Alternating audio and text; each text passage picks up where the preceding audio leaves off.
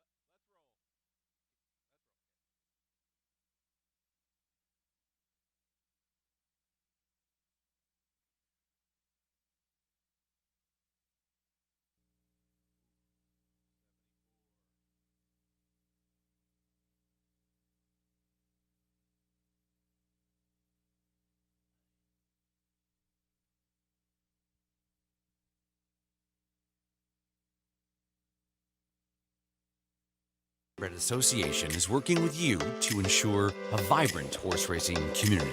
Shared stories call for a united voice. That's COSA, representing the interests of horse people racing at Ontario racetracks. So whether you're first, last, or somewhere in between, we've got your back. With insurance, benefits, free lifetime memberships, and more. COSA. Follow our stories on social and check out the process at cosaonline.com.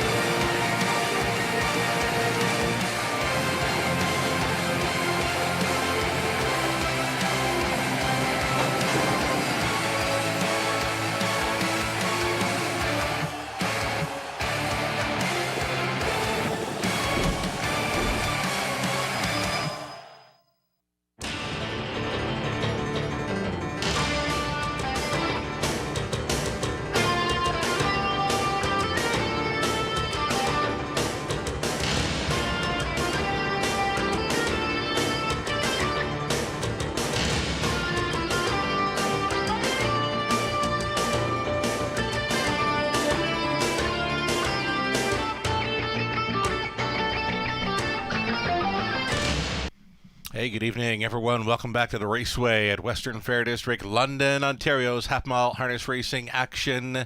Fast and dry conditions this evening. A little cooler, -4 Celsius, that being 25 Fahrenheit. Very little wind in the air tonight.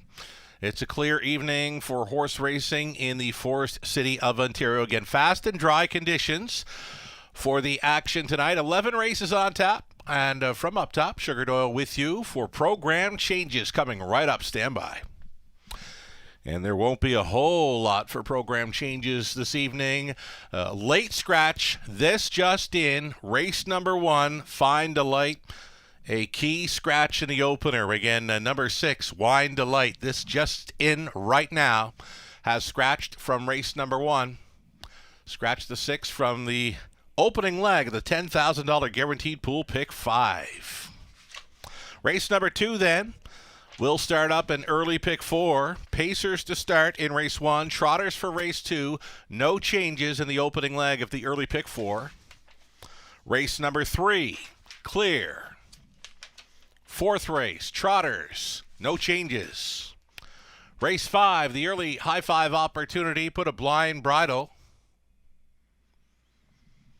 on 4, Shanghai Kai.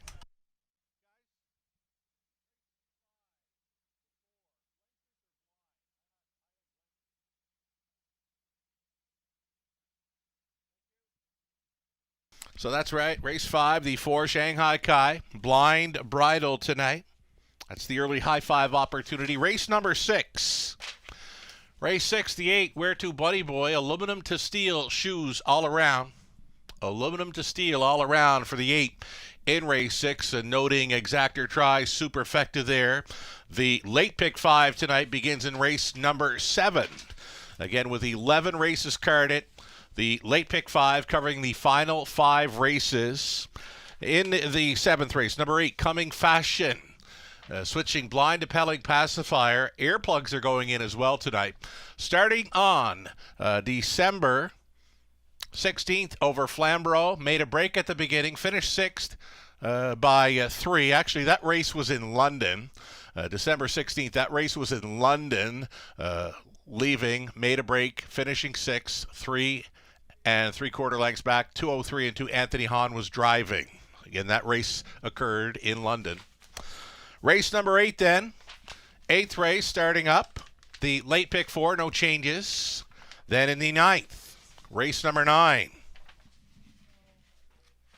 Number 4, Just Marvelous. Blinkers to open. Eddie Murphy blind to the left side. Aluminum to steel shoes up front. 10th race, race 10.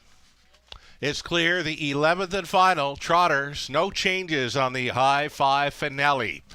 Let's go to the short break, come back with a whole lot more. Robert Reed Jr. with us tonight for the commentary, ticket ideas, and a whole lot more. Way more to come. Stick around.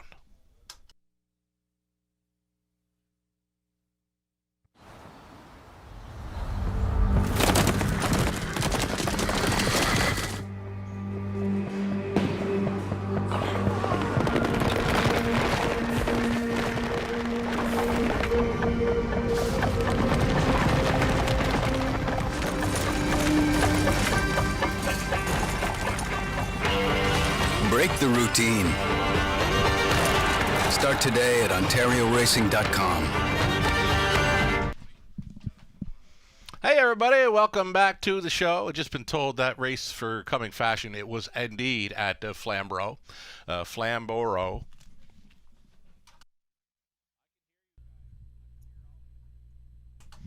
Alrighty, so let's start this over again. Robert Reed Jr. is with us for the pregame show tonight. You know what? We've got some tickets to talk about, but before we get to it, Robert, let's go back to last night. Garrett Rooney. Garrett Rooney, 1,500 career driving wins. It happened right here last night, and big night for Garrett. 5 victories on the card. Yeah, 5 victories in the card, and what a season for Garrett Rooney, right? I mean, he's now at 253 wins. He just smashed his previous win total out of the park. He's even $200,000 more than his previous best year in earnings at $1.35 million. So unreal season for Garrett Rooney, and he did it again last night. You know what? He's been doing it well. He tops all the Who's Hot driver lists for the past 20, 15, 10, and even 5 days here at the Raceway. I was talking to Garrett today. He mentions that's the first time ever in London that he's won 5. He's won 4 plenty of times over the years, but last night, first time ever getting 5 to victory lane in London. Career best season in the bike for wins, money, and driving average as well. Number 2 only to Tyler Borth here in London this season. So great job, Garrett Rooney. His favorite win thus far this season, Desperate Man, the track record over Grand River Raceway, 150-1. And how about Desperate Man down at Yonkers? 4 in a row down there. He got nosed out last night by Camelot Classic winner Covered Bridge, and what a battle. They threw down from the half mile on. It was quite a race.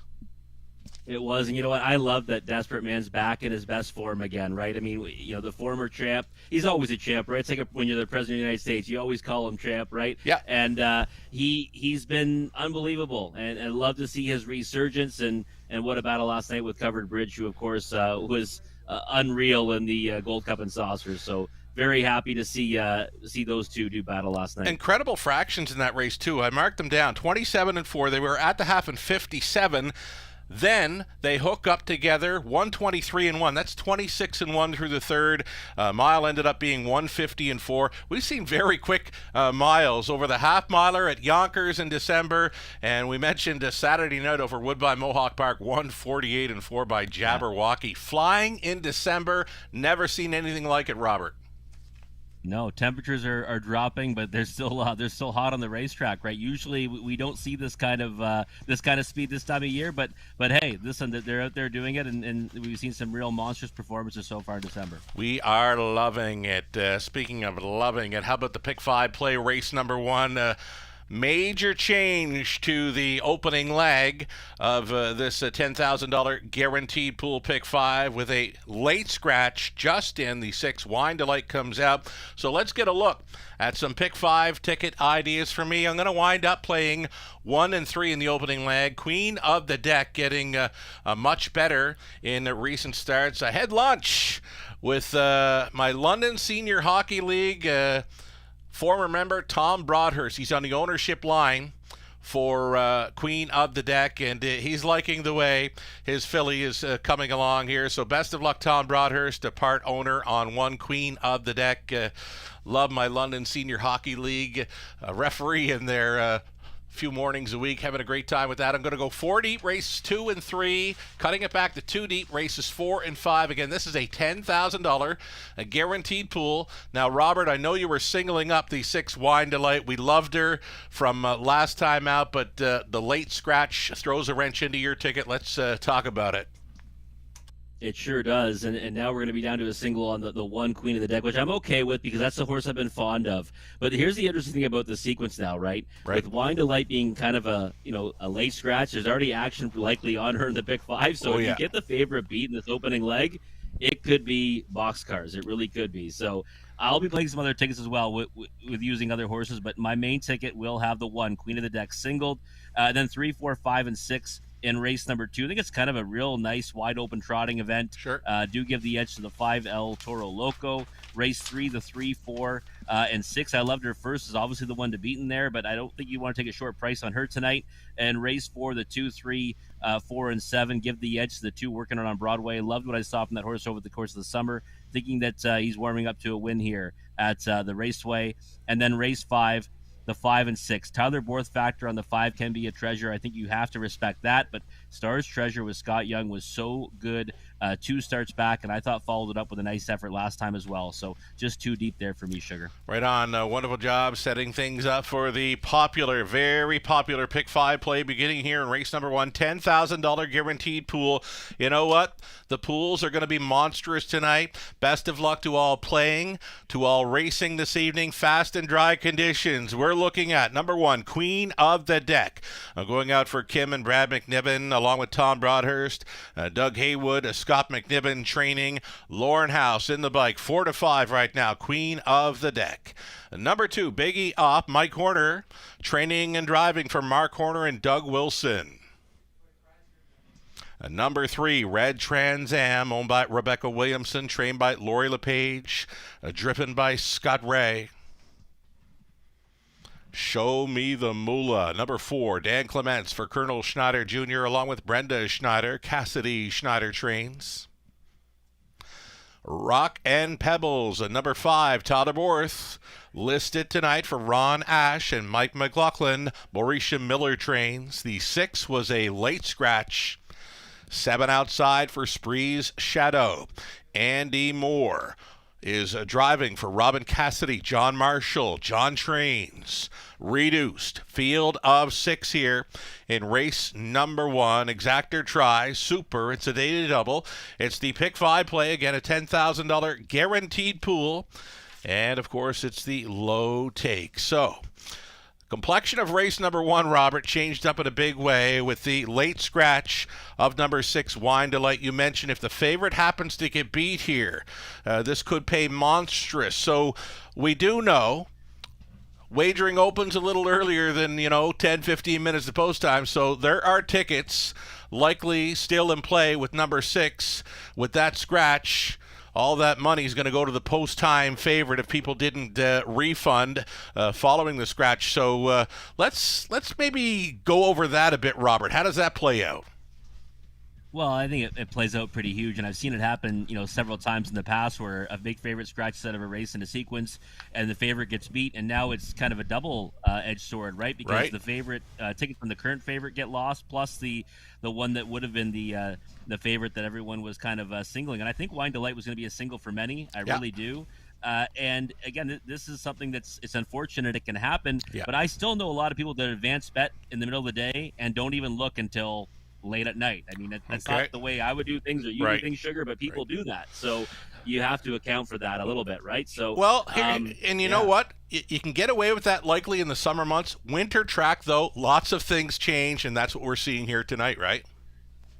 Absolutely, yeah. It's something that I don't really ever do. I like being able to bet. My action goes in usually about a few minutes before post time, Sure. right? Yeah.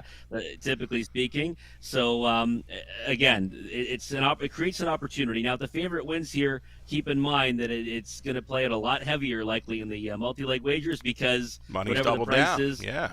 exactly. You're doubling down because Wine Delight was taking a lot of that action. Alrighty, we are looking at the one queen of the deck. She's gotten better in recent starts, kind of knocking on the door, right? She has been, yeah, and I thought she raced great last time, wide around the last turn, and again, she got beat by a quarter of a length. I think it was a measured quarter of a length for Wine Delight, but clearly the second best horse in that race, no good doubt about it. I don't necessarily like the pole position for her though because she's not a horse with a lot of gate speed, so it doesn't really help Right. her, and she does have that miscue on there. So I'm hoping she just gets away cleanly and can sit some kind of a trip. But do I expect her to cut it out? Probably not, because she's not one that's ever really shown that kind of snap speed. Right on. Another one to consider then, I was getting a look at Tyler Borth scoring around with number 5, Rockin' Pebbles. He's hopping up here. This is the driver change tonight. It's been listed in the program forever, but hopping on board here is Tyler Borth with the 5, Rockin' Pebbles. And by the way, Robert, over in race number 4, I put a big star next to 7, J-Port Roadrunner, because I caught the warm-up. Fantastic. Looks spectacular. If you want to flip over to race 4, put a star. And next to 7, J-Port Roadrunner off that warm-up. Tyler was on board. Looked spectacular. And here is Tyler with the 5, Rockin' Pebbles. I did it as soon as you mentioned that, Sugar, because that's a horse there that I think you want to get on his bandwagon when he looks good. And Oh. if he's on his game tonight, he can win in there, no doubt about it. But you know what? This is the horse that I found intriguing in this race. I couldn't get there when Wine Delight was in there, but now you can convince me to bet Rockin' Pebbles to win. Sure. 5-1 on the board right now. This is the second time Tyler Borth in the bike. He actually drove this horse, third career start at Hanover, got beat as the 60 cents to the dollar favorite. But I just love when Tyler gets on one for the first time. Again, not the first time ever, but first time in a long time. Sure. And if this horse gets put into play, we saw a nice move from this horse last time before he shortened stride and faded back to 6th. I think that she can certainly make her presence felt in here. And if he ever sends her down the road, watch out. I did like the look of her coming out of the post parade. If you're looking for a value player, this has got to be it. Tyler Borth hopping on 5. Rock and Pebbles, again, looking very sharp coming out of the post parade. Tyler's got her settled down right now, and she could be good to go to start up this very popular Pick 5 play. Rob, going to be playing into some massive pools. I've got this feeling about tonight in London as we get a look at number 3, Red Trans Am, who we've been fond of. Yeah, she's one that, trailing post, right? Now she gets her nose on the gate. Right. She had kind of trouble with that final turn. Last couple times, I guess she handled it a little bit better, but she ends up fading out of it. But she's been first over both times. So I'd love to see her, continue to get that education, maybe gets a little, more experience out there. She gets the right kind of trip. She's dangerous. She was so good in her lifetime debut. 7-2 in the board again. You can convince me to go in that direction. 3-1 now in Rock and Pebble, Sugar. She's getting absolutely hammered with the Tyler Borth factor. Okay, and how about this idea? Red Trans Am, downtown. Your thoughts? Maybe. I don't know. She gets a little bit steppy, Okay. I don't know if she's got those kind of gears off the switch, but it's a good idea in here. Put it that way. Anyone going to the front in here is a good idea. Anyone going to the front in here is a good idea. This is Robert Reed Jr. joining us remotely for the broadcast all night long for 11 races. The first in behind. Queen of the deck, Biggie off, Red Trans Am, Show Me the Moolah, Rockin' Pebbles, Spree Shadow for 6 on gate. Nothing late here. Top of the stretch. Picking up speed, here they come. Opening leg. The early pick 5 in London starts right now. They're off. Show Me the Moolah came off the car first for Clements. Biggie off to race up close, protecting the inside lane there. Away in third. Red Trans Am got away cleanly, being chased up here through the opening turn. Red Trans Am motoring on here for the Razor at 7-1. Red Trans Am going to the top. Second best now is Show Me the Moolah, traveling in third. Biggie off the midfield. Fourth for Rock and Pebbles. Slow beginning for the Rail Horse. Queen of the Deck at 1-2. Travels about 10 lengths off the lead. She's next to last, trailing with Spree Shadow. Quick opening quarter-mile speed for these. 28 flat for a lit up Red Trans Am and Scott Ray right there in second. Show Me the Moolah. Continuing third is Biggie off, thinking about it fourth. Rock and Pebbles underway at a fifth. Queen of the Deck, she begins to march. Still trailing Spree Shadow. They get over the half at a quick 58-4. Red Trans Am is still going forward. Show Me the Moolah continues to follow. Rock and Pebbles underway. Rocketing up here for Todderworth. Look at the leader in the eye and going right on by. Rock and Pebbles to the top. On for the deuce comes Queen of the Deck. Moving off the pot launch from fourth and into third. There goes Show Me the Moolah. Way up on the outside from last, Spree Shadow. These two throwing down. Up and by 3/4 in 1:29-3. Rock and Pebbles giving the cold horse shoulder to Queen of the Deck, who's going to keep on coming for House. On to take third, Spree Shadow. Holding down fourth, Show Me the Moolah. Down to these two in the opener along the inside. Rock and Pebbles doing some work here, trying to get paid. Still coming on. Queen of the Deck wants that green shadow roll in front. Queen of the Deck on the outside, up in time. House for McNibbin. Second best was Rock and Pebbles. Then came Spree Shadow, Biggie off, Show Me the Moolah, and Red Trans Am. 2 minutes, 1/5. Maiden breaking score. Queen of the Deck.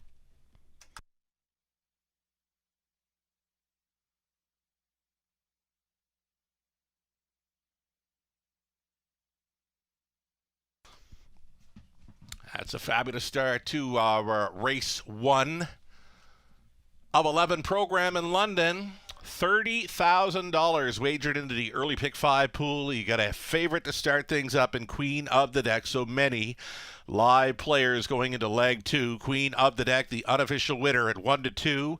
Starting up the $30,000 pick 5 pool. $70,000 plus. Overall handle for race number 1. Thanks so much for playing tonight. And always 1, 5, 7, 2, your top 4 unofficial.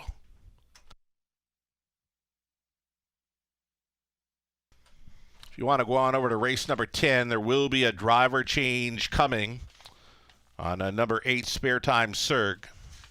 In race number 10, driver change will come for the 8 Spare Time Surg.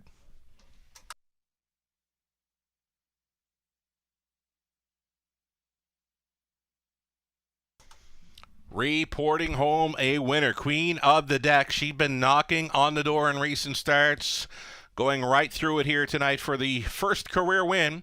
She's the 2-year-old daughter of Better Than Cheddar at a Magic Card by Visa.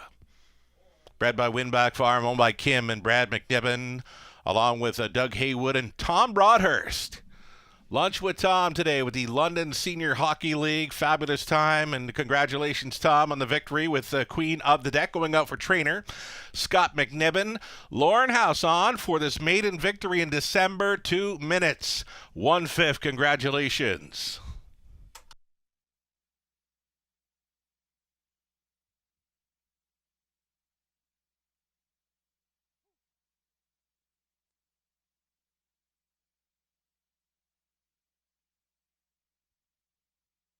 And just like that, we are going official here on race number 1, the Queen of the Deck 310. Exactor 920, dollar try 1750. The Super for $1 came back at 73.75. Your 20 center, it's worth 14.75. The second race up and coming. Group of trotters, 8 trotters, no changes. Exactor try Super. Opening leg of a pick 4 play, $7,500 guaranteed pool to chase after. Players are playing $30,000 plus. In the pick 5 pool from race number 1, we've got the pick 4 starting up here. 9 minutes to think about it.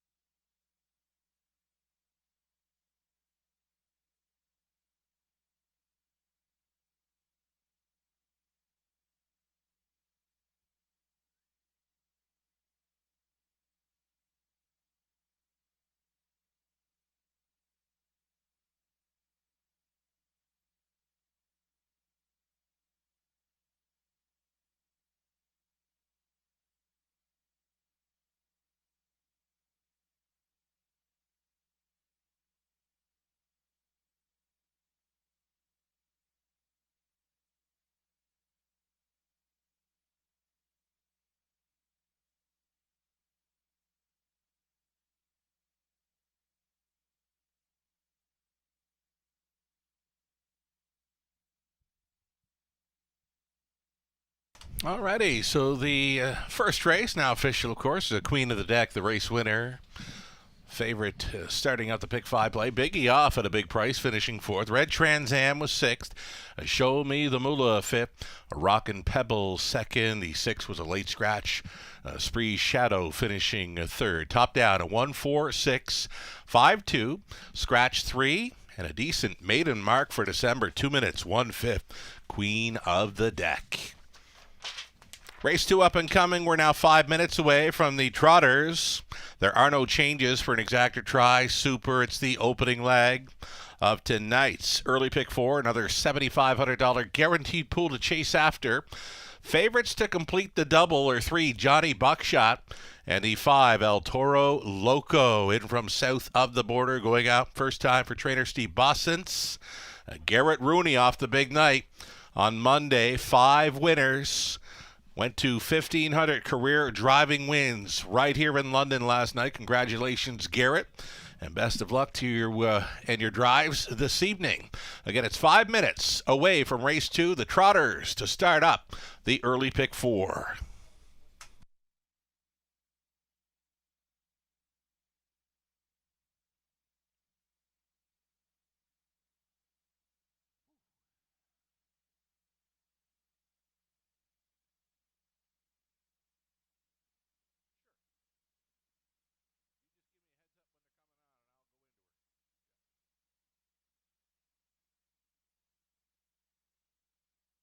Alrighty, I mentioned early pick 4 starting up here in race number 2. We've got a field of 8 on the trot. Great looking field here, kind of wide open, so I spread them out here. The heaviest action right now is on the newcomer. This is the 5, El Toro Loco, coming in from south of the border. The most recent starts have been over the 5/8 track at the Meadows, second best in the latest there, 154-2. Now that was back in mid-November. So a little more than a month of racing action missed here as he switches to the barn of trainer Steve Boston's number 5, El Toro Loco, opening as a heavy favorite. He's a must-play for the opening leg of the pick 4, but I'm using a few others. Number 3, Johnny Buckshot. The 6, The Great Reset. And even going outside to 7, Hot Fudge Sunday, who's been really, really good in recent starts. It's just that tough outside post to overcome. Third race, going to go 4 deep in there using the even numbers on the page, 2, 4, 6, and 8, just like that. Fourth race for me, number 4, Saul's Good, early speed threat, second time for the Boston Barn. Got to the quarter in 27. First time around London in the latest from the rail. Leaving from the center, Garrett Rooney on board. But I did catch the warm-up of number 7, J-Port Roadrunner. Tyler Borth was out for the warm-up. With that one, looked spectacular for trainer Katie McNeil. I got a big star next to 7, J-Port Roadrunner in race number 4, leg 3 of this pick 4. In the 5th race, we're going to try 5, Can Be a Treasure, and 6, Stars Treasurer, both Sons of State Treasurer. 3-time winner of our signature event here in London, Robert Reed Jr. with his best ticket idea on this early pick 4. Robert, heavy favorite, gets there in a $30,000 plus pick 5 pool in the opener. Yeah, many will be happy, right, to get through that opening leg. Right. And even those who had wine to light, well, no harm, no foul, right? Right on. The whole truck on. Worked out. The opening dash. It worked out in the end. That's right. But here at the start of the early pick 4 for me, 3, 4, 5, and 6. Now, the 5 El Toro Loco has been facing some real nice horses and even, competed in the New Holland Trotting Series up here north of the border earlier in the season. So I think that he probably has the best credentials. But like you mentioned, Sugar has not raced in over a month. That's my main concern there. So I did spread out with 3, 4, 5, and 6. Using Arcanum on the ticket as well. He's a horse I can't quit. He's one of those horses you always chase after, and I wanted to have him on there tonight just in case he blows up the tote board. But 3, 4, 5, and 6 for me here in the opening leg. 3, 4, and 6 in the third race. Thinking that I loved her first is the one to beat in there, but I do like Greystone Cheeto and Jules Diamond Eyes. I think each of those two have a chance to maybe spark the upset. Race 4, the 2, 3, 4, and 7. I like Saul's Good. I'm thinking that Steve Boston's can actually take down 2 legs of this pick 4. Okay. It'd be interesting to see that. And Saul's Good last time, like you mentioned, really, really headstrong in the early going. Likely needed that effort. That's what I'm worried about with El Toro Loco, that he might need this one tonight, and 4 to 5 might be too short for my liking. Then race 5, I do like 2 horses in there, but I hate not having a single, so I did single up on the 5, Can Be a Treasure. Tyler Borth factor. But as you know, I also like the 6, Stars Treasure, like you do as well. But I wanted a single one there so we didn't get too expensive. You know what? Scott Young back with us. He was hoping to show up a little more on the Tuesdays going forward here. So nice to have the answer back with us tonight. He'll be aboard number 6, Stars Treasure, in race number 5. So we've got Garrett Rooney coming in off the 5 wins last night where he clicked for 1,500 career driving wins. We've got Tyler Borth listed in every race tonight, so he's kind of busy. We've got selections from Robert Reed Jr., Lou Sorella, Nathan Bain, Ghislaine Paquette. We've added the morning line selections to the bottom of the page there. There's the live money left in play now from a $30,000 plus. That might be a season high for the Pick 5 pool. So, again, we thank our players for thinking of us and supporting the Raceway. $30,000 plus pick 5 pool, and now $18,393 still in play after the favorite. Queen of the Deck gets the job done. Again, a sharp maiden victory score, 2 minutes, 1/5 to start things up. We've got fast. We've got dry conditions this evening for 11 races. Keeping in note, folks, late pick 5, late pick 4, normally beginning in races 6 and 7, will begin in races 7 and 8 tonight. They always cover the final 5 and 4 races on our cards. We've got 11 races featured tonight. So the late pick 5 begins in race 7, late pick 4 starting up in race number 8. We can see the trotters getting set to step out here for race number 2 of 11. A whole lot more to come.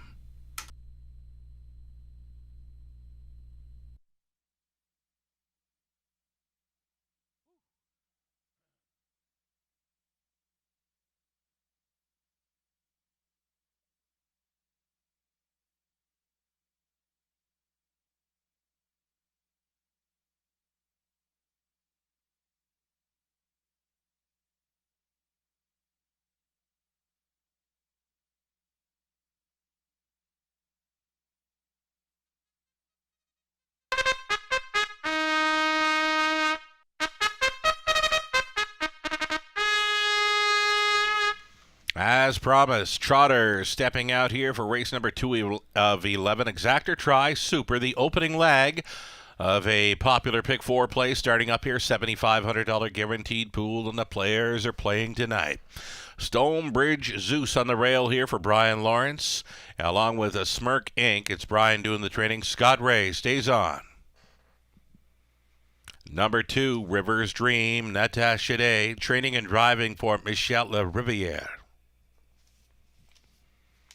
Current favorite, it's the 3, Johnny Buckshot at 4-5. This one going out for owner, breeder, Brad Wilson, Katie McNeil, conditioned, Tyler Borth driven. Number 4 is Arcanum, a long shot going out here for Ken Weiss, along with Christina Anderson. Paul McKenzie trains and drives. It's the newcomer, El Toro Loco. Well, a newcomer to London this season, leaving from post 5, going out for No One Knows Us Stable from Etobicoke. Steve Boston's training. Garrett Rooney hops on board El Toro Loco, 4-5. Number 6, The Great Reset. Here's the chestnut for Lauren Howe, Chantal Roos. It's Lauren doing the training and the driving. 7 outside, Hot Fudge Sunday. This one for Angie and Mary Carroll. Angie does the training. Alfie Carroll on board. And a trailing spot for number 8, Bulldog. Bulldog for Saltwater Stable. Trainer Paul Meggins. Colin Kelly listed this evening. 8 Trotters, race 2, Exactor Try Super, the Pick 4.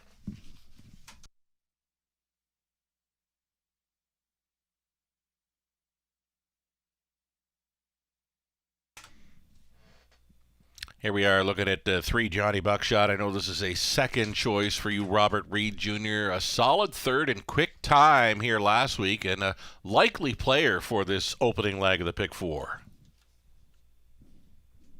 Last time, I really did. I mean, he's overland for part of the mile, was charging, hard right to the wire, and that's a pretty good form reference, isn't it? Marvin Hagler and Last Shot, 2 horses that we thought would decide that race.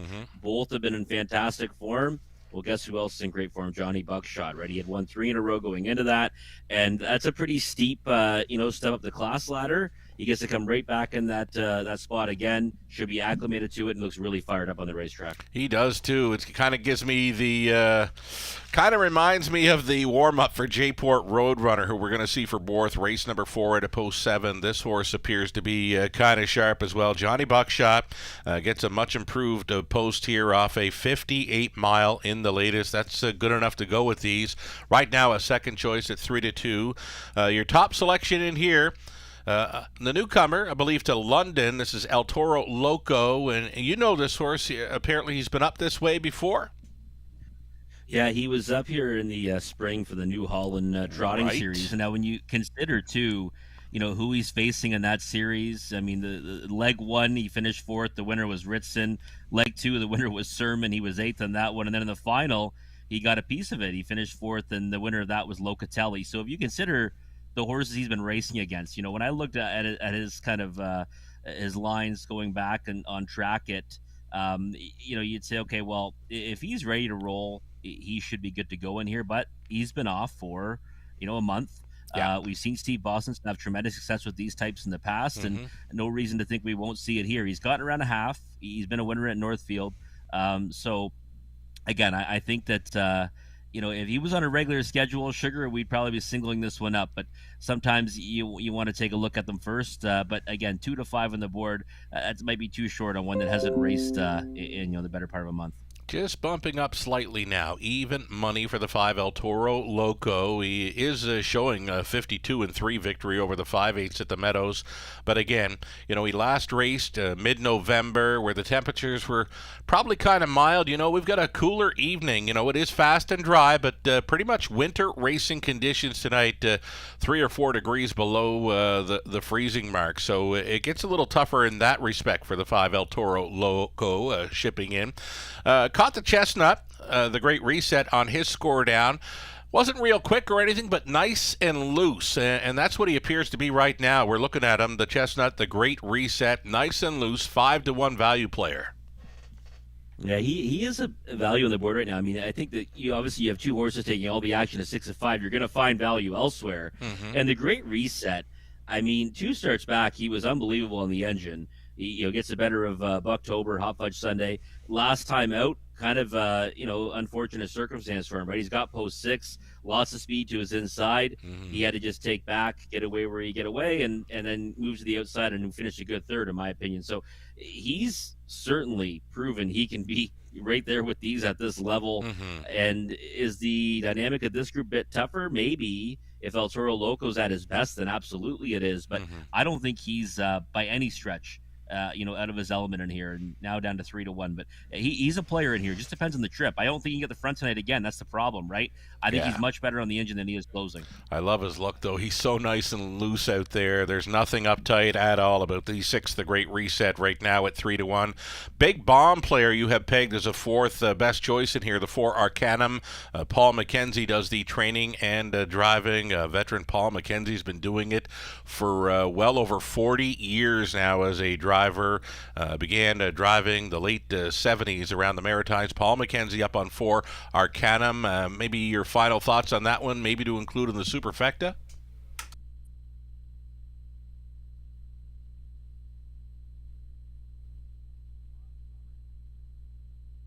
Okay, a little tech glitch there with Robert. And we'll hope to have him back there as we get set to go postward with race number 3. Maybe we'll track down Robert Reed Jr. again here soon as the horses and drivers get set to line up for race number 2. Live broadcasting here with some remote broadcasting as well, trying to fit it into the program for you twice this week. Robert Reed Jr. was on board for the Monday car. He's back again this evening, and we'll hope to catch up with him following the post parade of race number 3. Getting set to go postward, race 2 of 11. Favorite right now, number 3, Johnny Buckshot. He's 6-5. And then the newcomer to London, El Toro Loco, in from the Meadows, leaving from post 5. He is at 8-5. The Great Reset was taking some late action here, has now dropped to 5-2. Gates moving for race 2 in London. Right up on the gate here, number 3, Johnny Buckshot, looking very sharp here. In behind, Stonebridge Zeus, Rivers Dream, Johnny Buckshot, Arcanum's in the center, then El Toro Loco, the Great Reset, Hot Fudge Sunday, Bulldog, back tiers it. Picking up speed, here they come. And away they go. Breaker at the start. The 4 Arcanum has jumped it off. It's going to be Johnny Buckshot. It's going to be the Chestnut. The Great Reset getting involved here in the early going. Johnny Buckshot clears to the top. Pocketing right up here in second is the Great Reset at 6-1. And with them in third, El Toro Loco. It's the gap of 3 or 4 to Rivers Dream. Away cleanly to be 4th. 5th best, a gap top. Stonebridge Zeus. That came ahead of Bulldog. Hot Fudge Sunday going next to last and catching up to the field after the gate miscue. Arcanum single file through that opening quarter mile. It was 28-4. Johnny Buckshot closing up as the 3-5 heavy hitter for Borth. Coasting along here unchallenged now at 3/8 completion. Johnny Buckshot shows the way. The Great Reset, the value player, with the perfect trip here in second, trotting third, El Toro Loco. He's thinking about it. He's going for it. To the outside now, the half-mile marker. El Toro Loco now in play for Rooney. 59-2 halftime speed. Johnny Buckshot, the one to take down. The Great Reset continues to follow. El Toro Loco gaining third, now moving into second. Will be challenging as they straighten for the backside run. Up on the outside and moving into fourth came Bulldog. 5th and in for Rivers Dream. Out of the backfield are Stonebridge Zeus, Hot Fudge Sunday, and still trailing. That was Arcanum up and by 3/4. Over there in 1. 28-1, 28-4. Throw down through the third. Johnny Buckshot by a neck, a short neck at that. El Toro Loco, the Great Reset. He's about to make it 3 wide as they make the swing off the 7/8 stern for home. Johnny Buckshot in the in. El Toro Loco. Here comes the Great Reset up on the outside. A 3-way thriller in the second. It's going to go to El Toro Loco, maybe up in the final strides. Right there with him, Johnny Buckshot. The Great Reset was closing in as well. 158 and 1. Possibly El Toro Loco here at even money.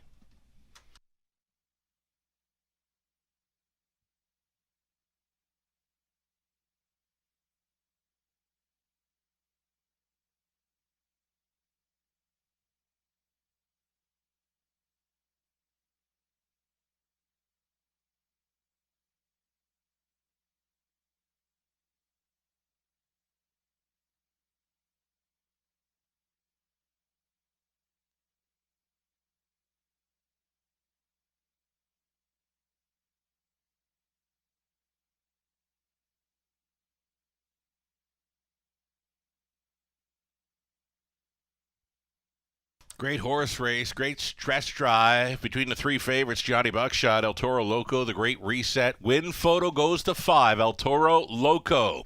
At even money, ships in to win here for trainer Steve Bossens. Over 3, Johnny Buckshot.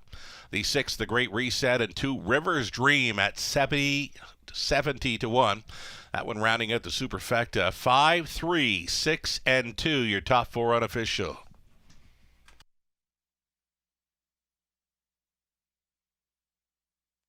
Garrett Rooney off the 5-win performance last night, right back to the winner's circle on his first drive of Tuesday night. It's aboard the newcomer to London, El Toro Loco. Winning caretaker Breeze out with El Toro Loco, 4-year-old Big Eldest son of Walner. Running Muscle Hill Mare, Southwind Cabaret. Bred by Southwind Farms LLC of New Jersey, owned by No One Knows Us Stable of Etobicoke. It's Steve Boston's condition. Garrett Rooney, driven to win his first time over London, does it in a big way. 158 and 1. Congratulations.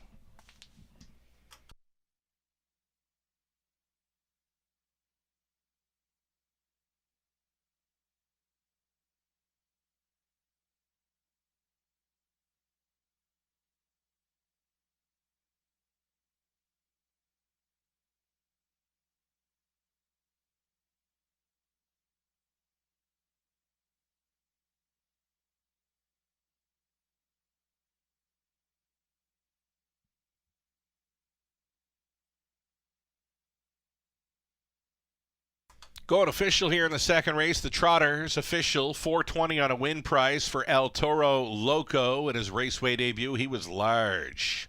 First up from the half mile on, stops the clock at 58 and 1. Nice winning mile for El Toro Loco in his London debut.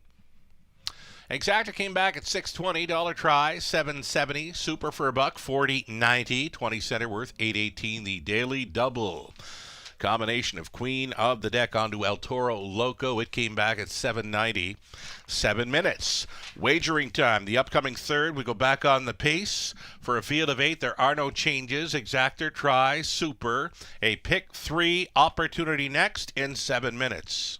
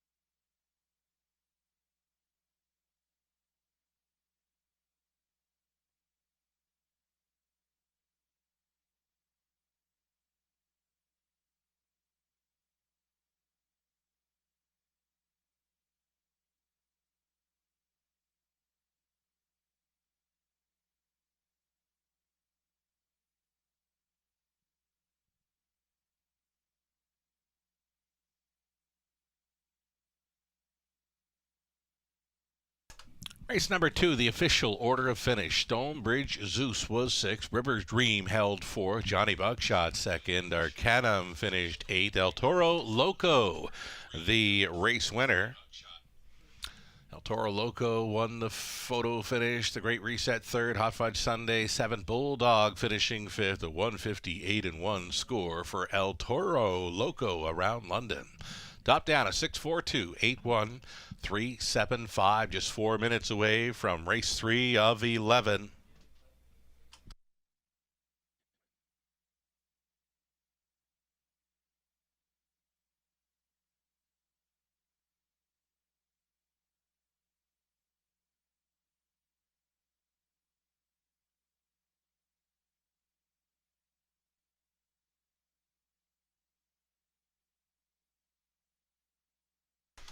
And there was that three-way thriller photo. El Toro Loco, what a grit grinder. He made the move first up at the half-mile marker, and they battled through a quick third quarter.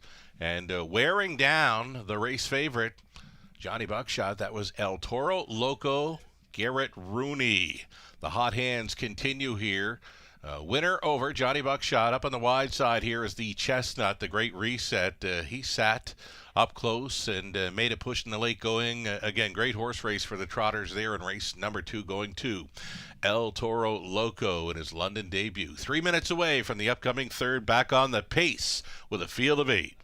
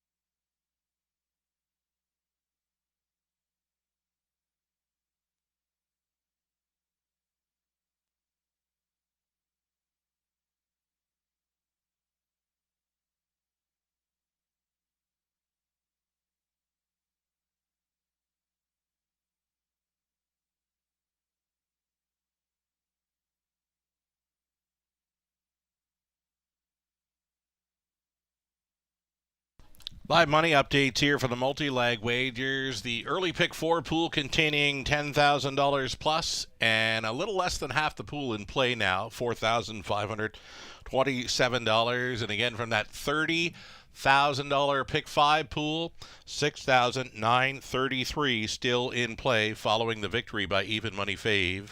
Make it Even Money second choice. El Toro Loco. Getting set to post spray the Pacers for the upcoming third. Even Money currently at number 6. I Loved Her first.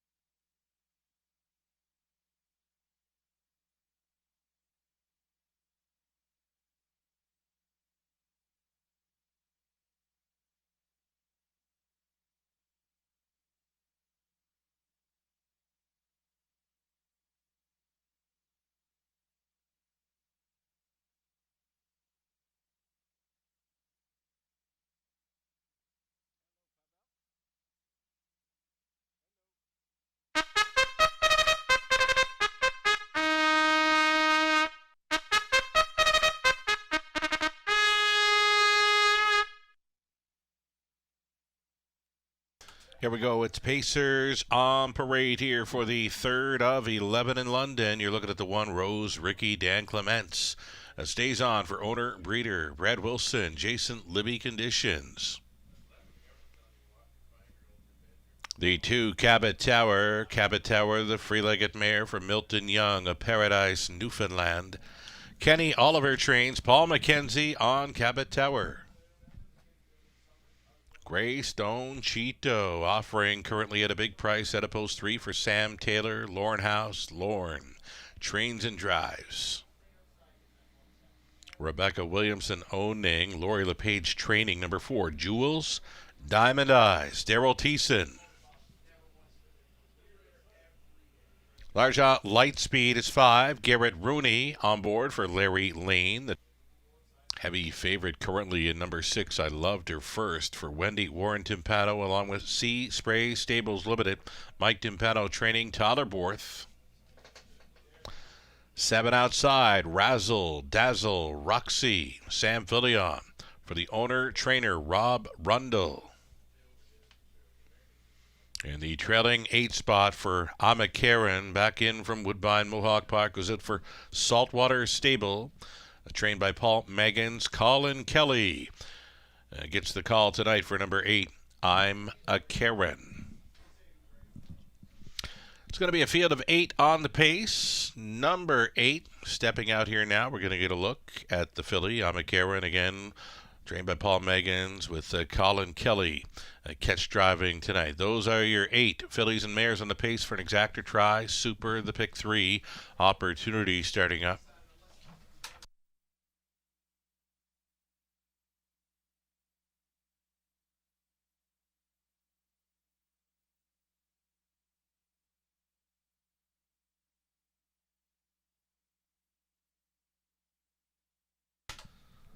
Getting a look here at number 3, this is Greystone Cheeto, and this would be a top selection for Robert Reed Jr. When she was post-braiding Robert, she was 21-1. Now she's 11-1.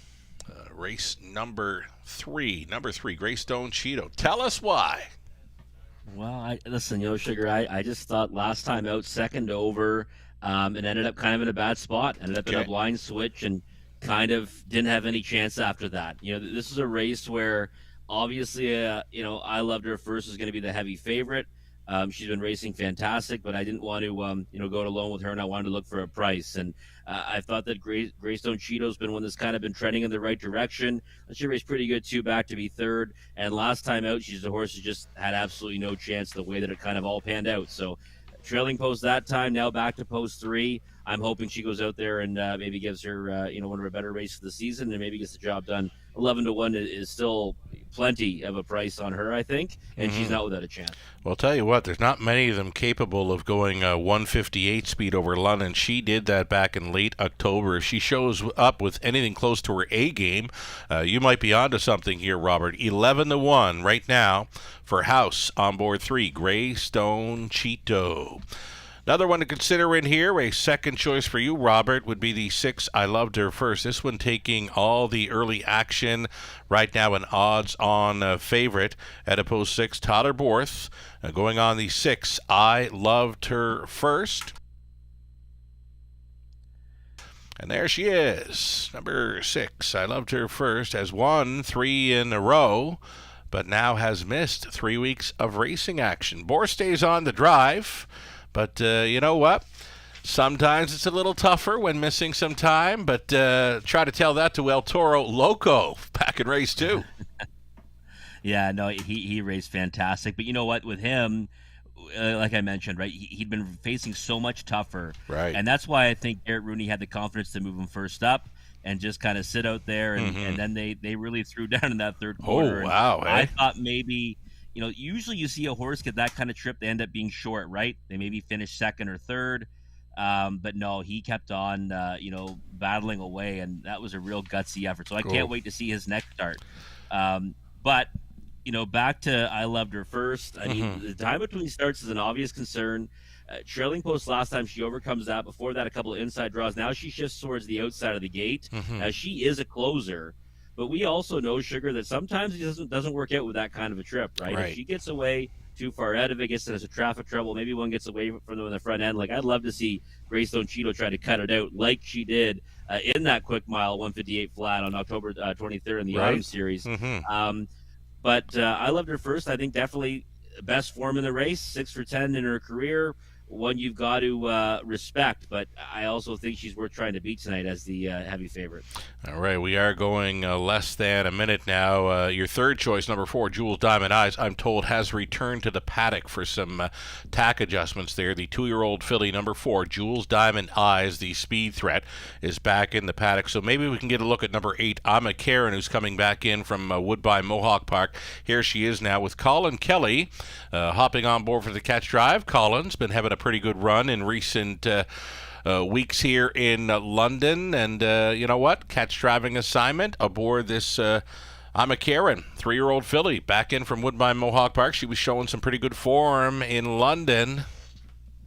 Yeah, well, she absolutely crushed, right? Now, November 14th, I mean, she absolutely crushed that field. Now, that obviously non-winners a 5,000 life, and one of the biggest transitions there are in all of racing, right, is non-winners of 1 to non-winners of 2 or something like that, right? Non-winners of 5,000 life to non-winners of 17,000 life. It's just such a difficult transition for horses to get acclimated to, but I think Ama Karen has the kind of gears to go with this group. Of course, she's got to deal with the trailing post, but her last 2, she's facing tougher. They're going really quick miles at Mohawk Park, and I just think with the right kind of journey, she can get there. And you said it, Colin Kelly's having another incredible season, right? Putting up big numbers, and with the right kind of steer here, he can put her, into contention. Already, I'm told the 4, Jules Diamond Eyes, is back. There she is. The 2-year-old filly, Jules Diamond Eyes, loves it on the lead, leaving from the center. Final thoughts?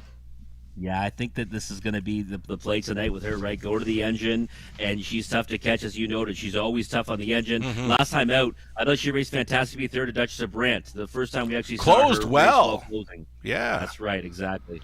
Turning a corner, maybe. She can race from off the pace, but she's very good on the boiler. And here we go then, the third race of fillies and mares lining up. It's race 3 of 11.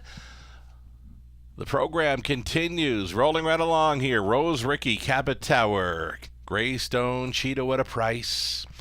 Jules Diamond Eyes, Largent Lightspeed. I loved her first at even money. Razzle Dazzle Roxy farthest out. The trailing spot, Ama Karen. Picking up speed. Here they come. Off and pacing a host of levers, like 4 of them across the track, and they're stacked up into that opening turn. Greystone Cheeto in the 3-wide path is looking to go forward. Way out there, Jules Diamond Eyes, the 2-year-old, in play here in the early goings, been left out thus far. Greystone Cheeto getting her marching orders from house tonight at 15-1. She's a value player in play here at the opening quarter-mile station. Greystone Cheeto was fronting there in 28-3, and she's turning away the rookie, Jules Diamond Eye. She's been stuck out there in third. Protecting the inside lane was Rose Ricky to be second. Traveling in fourth, the free-legged mare Cabot Tower underway at a fifth. There goes I Loved Her First. Unleashed here at 3-5. She's going to get a toe up now in the half-mile approach. Switching outside in sixth. There goes Ama Karen at 16-1. Next to last, travels Largent Lightspeed, trailing, and a gapped-off trailer at that was Razzle Dazzle Roxy. They stepped through the half in 58-2, and it's still Greystone Cheeto giving that cold horse shoulder to Jules Diamond Eyes, who's going to look this leader in the eye. These two hooking up, going bridle to bridle, toe to toe, up to 3/4 they travel. Greystone Cheeto still going on with it. Living on the outside is Jules Diamond Eyes. Third and in, Rose Ricky looking to angle 3 deep here at 3/4. I Loved Her First, bunching up in a big way. They're going to be 3, maybe 4 across into that final turn. Greystone Cheeto still the one. I Loved Her First coming up quickly for fourth, and on that cover, Largent Lightspeed at 50-1. Into the stretch they travel. This is I Loved Her First clearing to the top. Largent Lightspeed for Rooney with a big bomber in play. Appears to be second best tonight. I Loved Her First for 4 in a row. She'll win by 3. Largent Lightspeed for the deuce at a big price. Rose Ricky third. Greystone Cheeto stayed on for fourth. 159-3. I Loved Her First.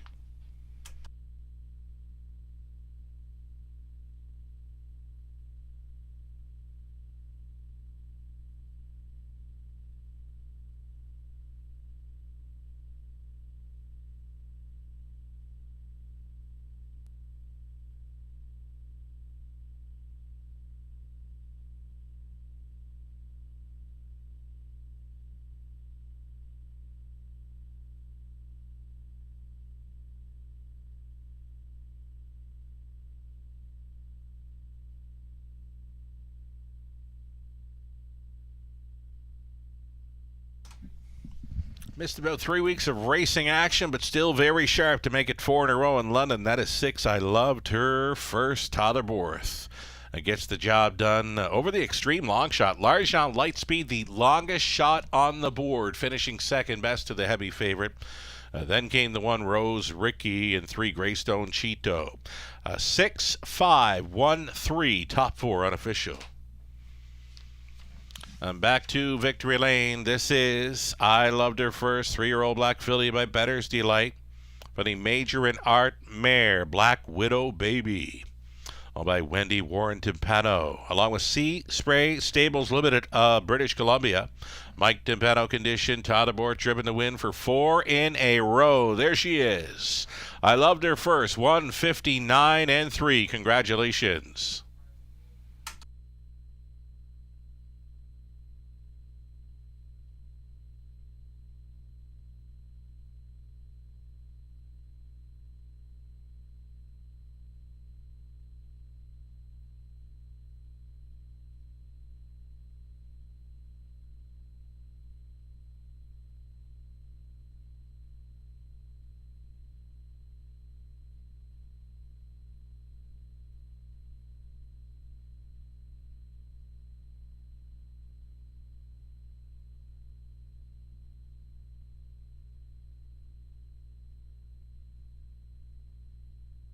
Third race, now official, 6-5-1-3. Top 4 official, 330 for I Loved Her First. That exactor came back at $69.60. Dollar try, 163.30. Dollar superfecta, 718.35. The 20 center, it's worth 143.67.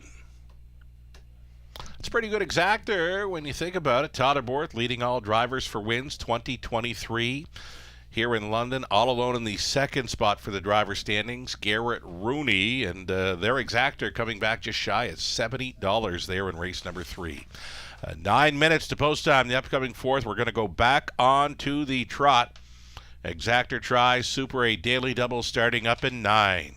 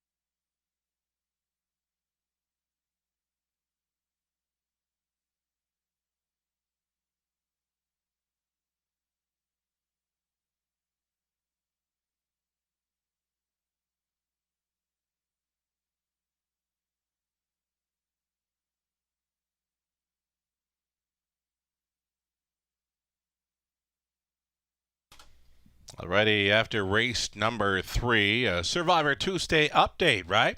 Always free to play online for those of you holding on to HPI bet accounts. Again, Survivor Tuesday, free to play online each and every Tuesday. We had 110 enter the contest today, and following race number 3, the update, 64 still live and in play. We've had favorites involved.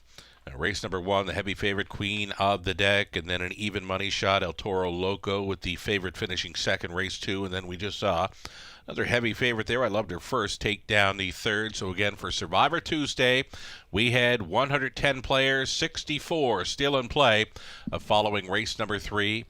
And updating the live money in play, $30,000 pick 5 pool, a little over 10%, still going forward into leg 4. And the $10,000 plus pick 4 pool. $10,000 plus pick 4 pool. We'll update that as well.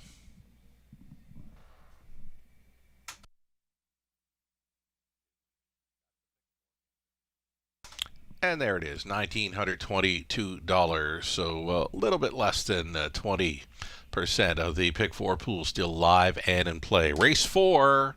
Myself, Lou, Nathan, Gislan chasing after number 4, Saul's Good, to be better. Second time out for trainer Steve Bossens. Robert Reed Jr. went to the 2, Working It on Broadway.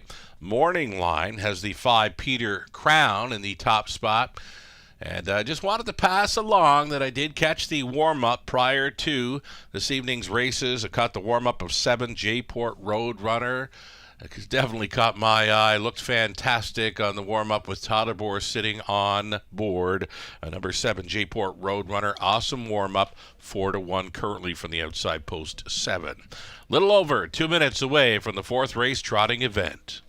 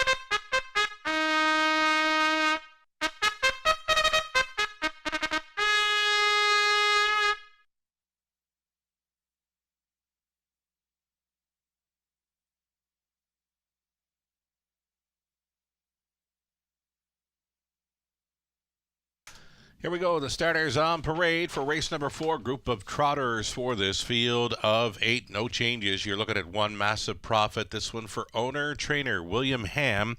Daryl Thiessen on board.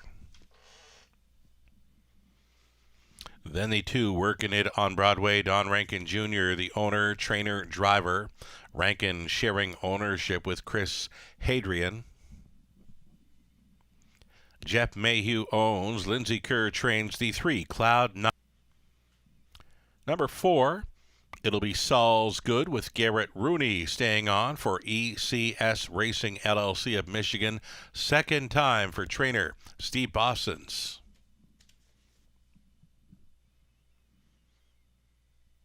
Number 5, Peter Crown, the morning line favorite here, looking very sharp. Colin Kelly's got his hands full with this one going out for owner-trainer Steve Watson. You're looking at Peter Crown.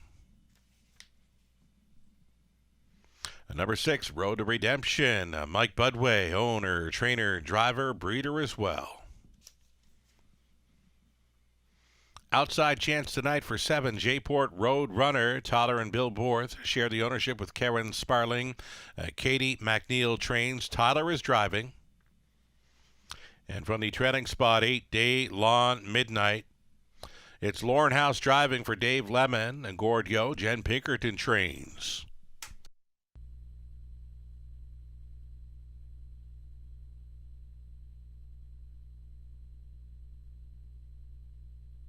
That is your field of 8 on the trot for the 4th race. Exactor, Try, Super. It's a daily double starting up here in race number 4. Getting a look here at number 7, Jayport Road Runner. I know this one happens to be a 3rd best selection for Robert Reed Jr., but you know what, Robert, I had the camera crew go to 7 because Tyler was turning, and you know we like to catch those score downs for Tyler in London, but it appears he's just going to take it nice and easy. But I've seen enough of this horse on the warm-up to know that this horse is very sharp tonight.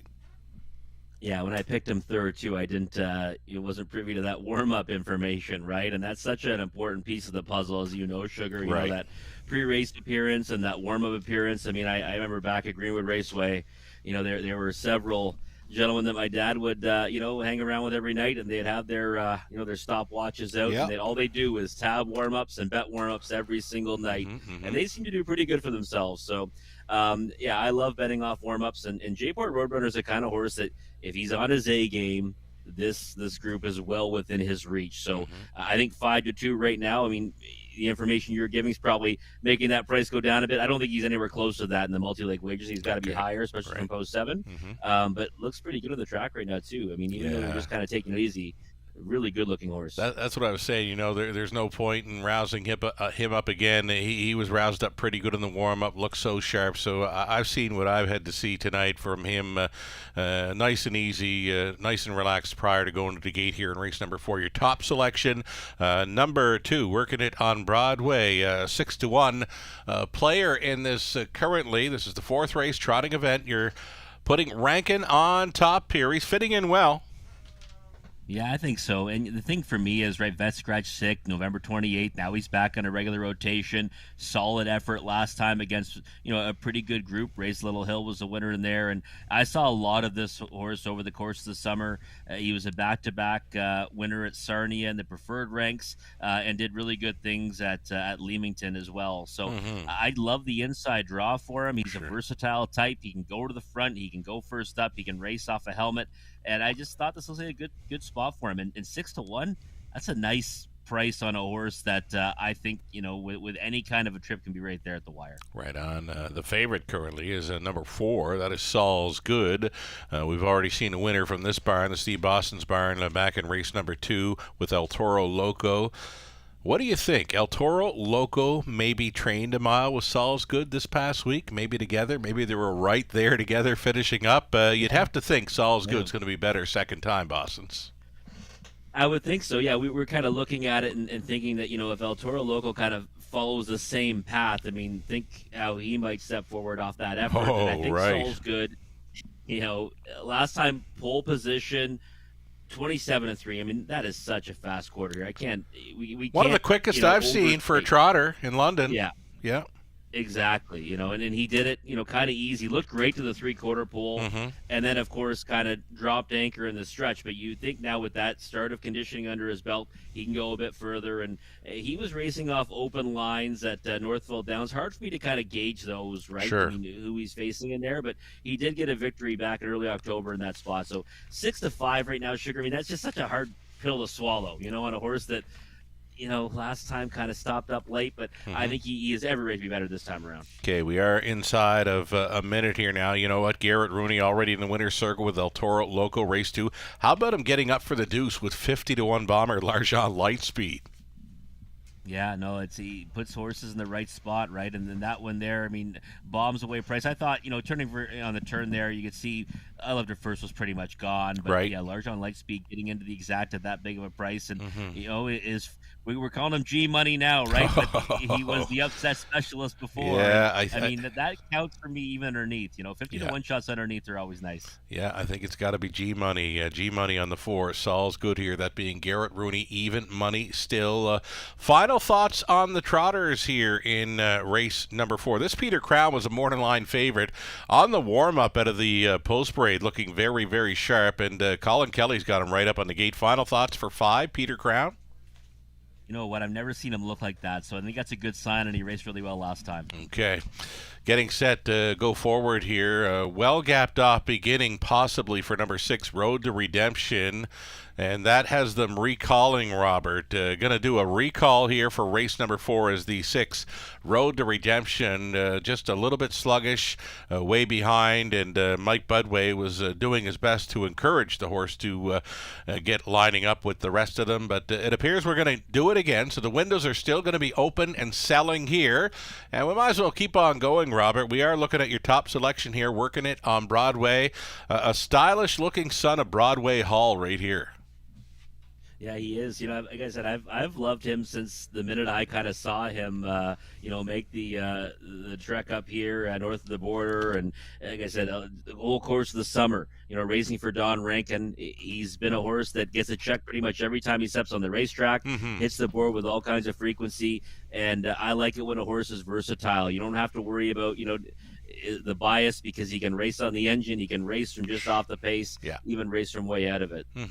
We are looking at this 5, Peter Crown, as mentioned, looked very sharp, and check him out. The body language, he is muscled up for this one, 6-1.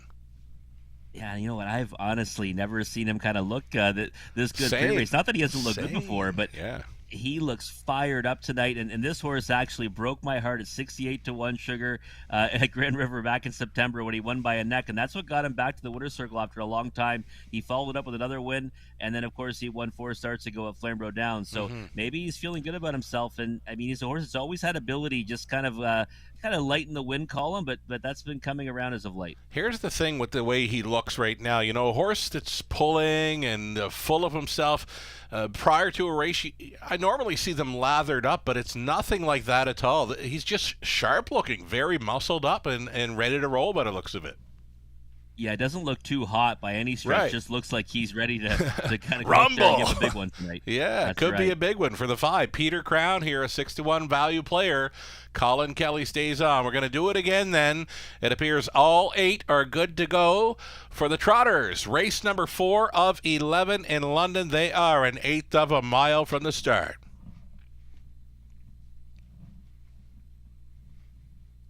A 16th out now. Here they come.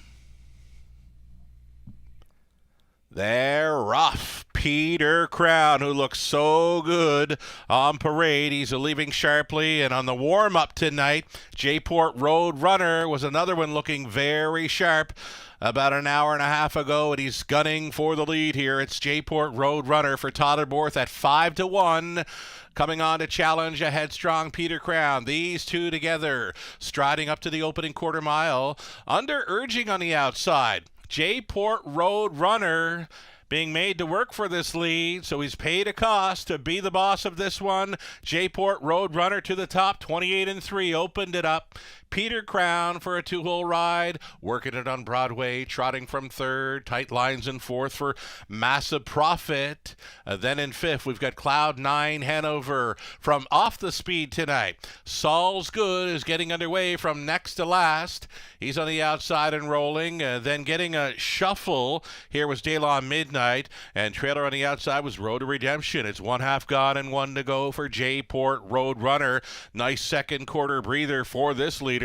31 flat, and he's now leading by 2 full lengths. Jayport Roadrunner kind of full of himself here with 3/8 left to go. Trotting from second, Peter Crown holding down third. That is working it on Broadway. Out there in fourth, Massive Profit, a toe up. Now moving into fifth for Saul's Good. Sixth and in, Cloud 9 Hanover, back markers, Daylon Midnight, Road to Redemption. Here's 3/4, 129 flat, 29-2 through the third. Still going forward, Jayport Roadrunner holding down the deuce is Peter Crown. Massive Profit out there in third. 3 deep on the outside is a Steppy. Saul's Good and a buried fifth for working it on Broadway. Into the stretch they travel. Jayport Roadrunner. Looked like $1 million in the warm-up. He's looking good to go tonight. Jayport Roadrunner, there he is, 5-1, and Borth comes right back. Peter Crown holding down second, 3 across for the show dough in 2 minutes flat.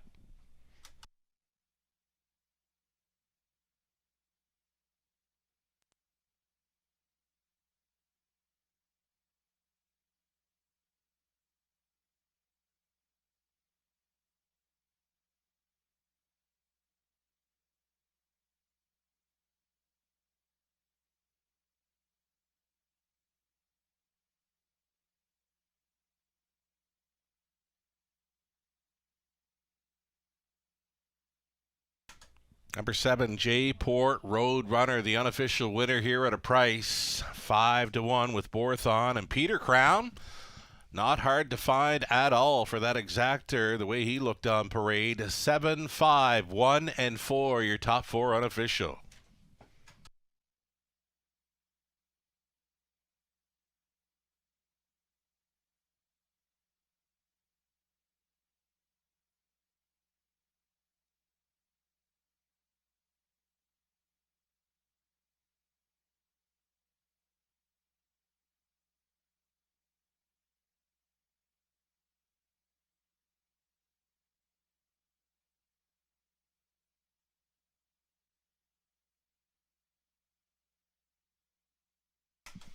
How do you like him now? This is 7, Jayport Roadrunner coming back, a 4-year-old gelded son of muscle mass from the Dream Vacation mare, Jayport Cash for Life.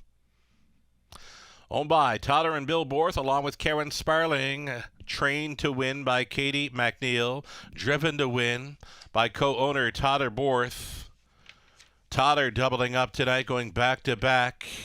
After scoring with I Loved Her first on the pace, here he is on the trot with Jayport Roadrunner, 2 minutes flat. Congratulations.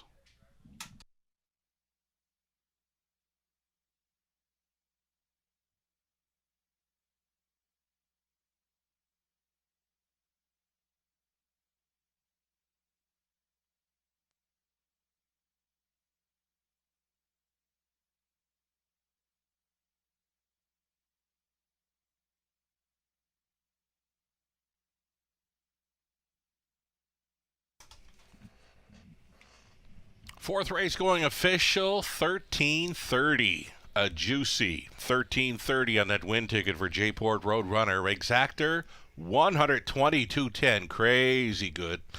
Dollar try, 208.85. The super for $1, $700, 20 cents. It's a 20-cent superfecta worth $140.04. It's like that. Nice prices there in the fourth race trotting event. 11 minutes to play race number 5. It's the early high five opportunity on the pace. Field of 8 up next. Exactor try, the non-jackpot super high five in play for the 5th race. Put a blind bridle on number 4, Shanghai Kai. Again, the field of 8 goes postward in about 11 minutes.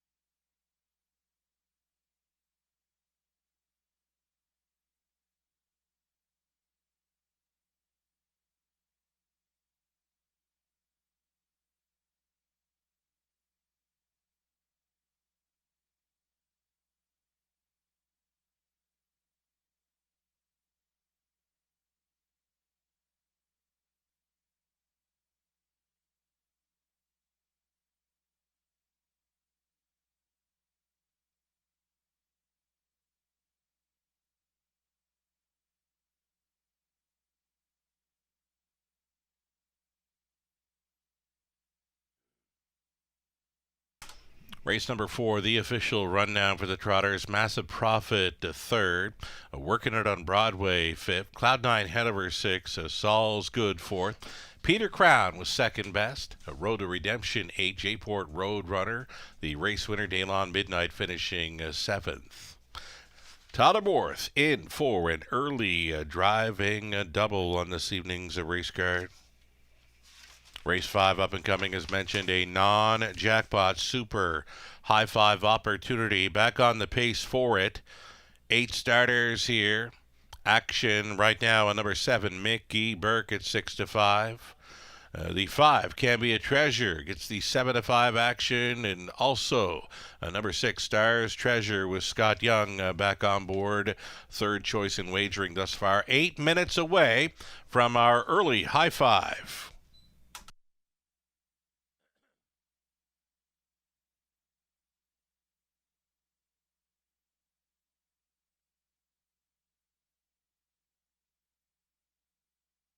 And, of course, the Will Pays will be on display here. The Daily Double.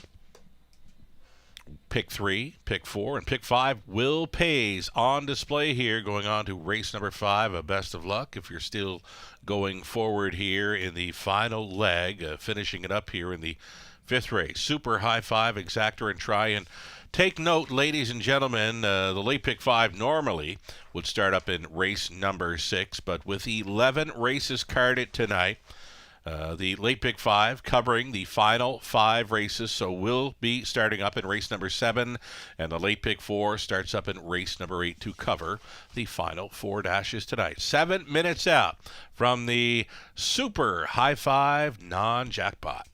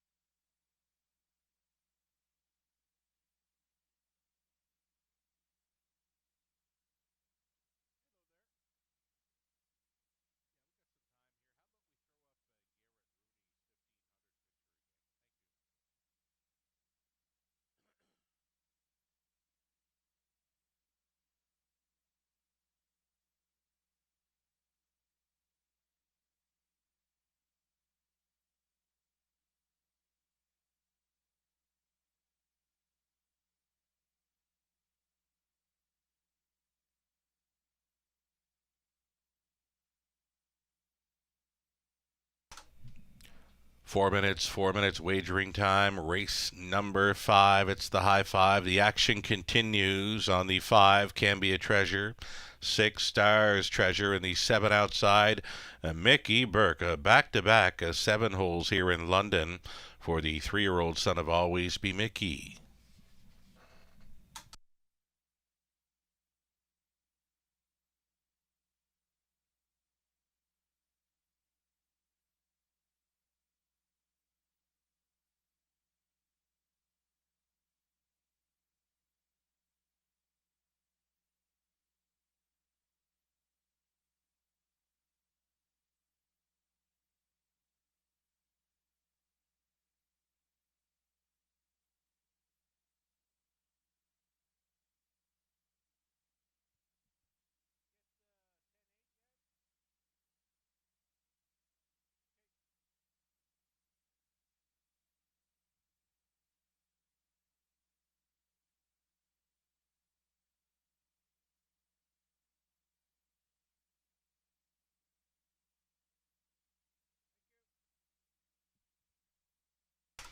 Alrighty, as mentioned, Garrett Rooney with us this evening for 7 drives, and last night, big night here in London. Congratulations to our own Garrett Rooney on getting 1,500 career driving victories. Happened right here last night. Drove home 5 winners. He took down half the card. And not all of them were favorites. There were some big-time value players involved there for Garrett Rooney. Spoke with him earlier today and got messaging. And he mentioned first time ever in London that he would win 5 races. He's been on the board for Grand Slams a number of times over the years, but first time ever in London for 5 wins on the card. Garrett Rooney, congratulations. He got there last night with Fine By Me, a better off single. Favaro Sealster getting Euchred, the filly, won from last. And I'm in control. So Garrett Rooney, the good times continue to roll here. He's topping all drivers for the Who's Hot driver list over the past 20, 15, 10, and 5 days. Those Who's Hot list are part of the statistics offered up on the website of Standard Break Canada. And again, back-to-back $1 million seasons, Garrett Rooney. And this would be a career best season for him for wins, money, and driving average as well. Congratulations from all of us here at the Raceway. Garrett Rooney doing it and doing it well.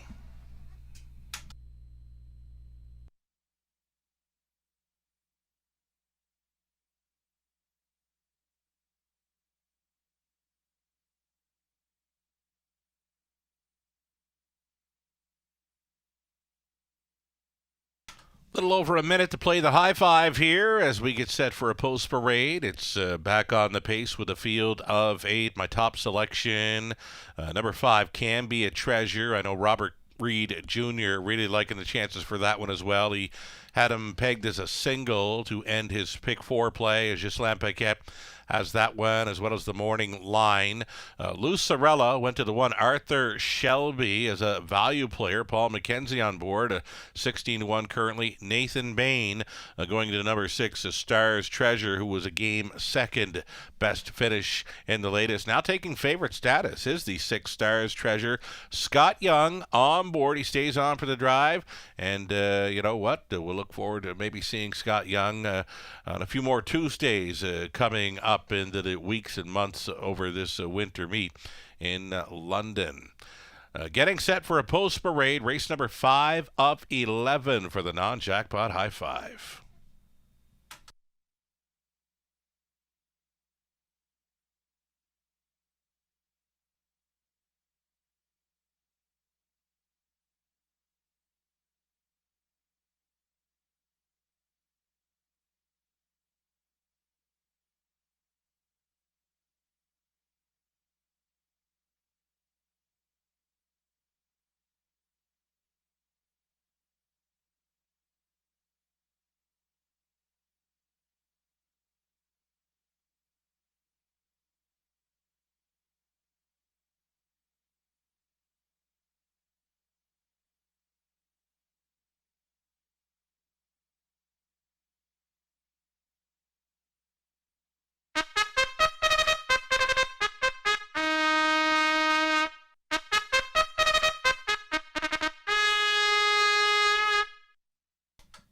Race number 5 going back on the pace for this. It's the non-jackpot, the super high five, one of those go-to wagers here in London. So stepping out, here's the 1, Arthur Shelby. This is a top selection for Lucarella. Paul McKenzie on board for owner-trainer Christina Soundy, sharing ownership with Gary MacDonald. Number 2, United Blue Chip, Don Rankin Jr., owner, trainer, driver, sharing ownership with Ralph McKinley. Some action coming in for number 3, Lloyd. Lloyd going out for Kevin McGuire, the trainer Robert Rundle, Samuel Filion on board. Shanghai Kai the 4, Blind Bridle tonight, owned by Kim McNiven and Brad Douglas. Scott McNiven training Lauren House in the sulky. There's your look at 5, Can Be a Treasure. It's going to be Tyler Borth hopping on for Colonel Schneider Jr. The trainer is Cassidy Schneider. And number 6, Stars Treasure, Ezra Eddy, along with Mauricia Miller. They're on the ownership line with Mauricia training. Scott Young stays on. 7 outside for Mickey Burke. This one for Shen Guo of Waterloo. Taylor Fritz training. Ryan DeRoche the call. And the trailing spot 8, Bet On It. Garrett Rooney for Bob McIntosh Stables Inc. McIntosh does the training. 8 Pacers. These are horses and geldings claiming tags of $20,000 for the non-winners, $30,000 lifetime. The exactor, the try. It's the super high-five play.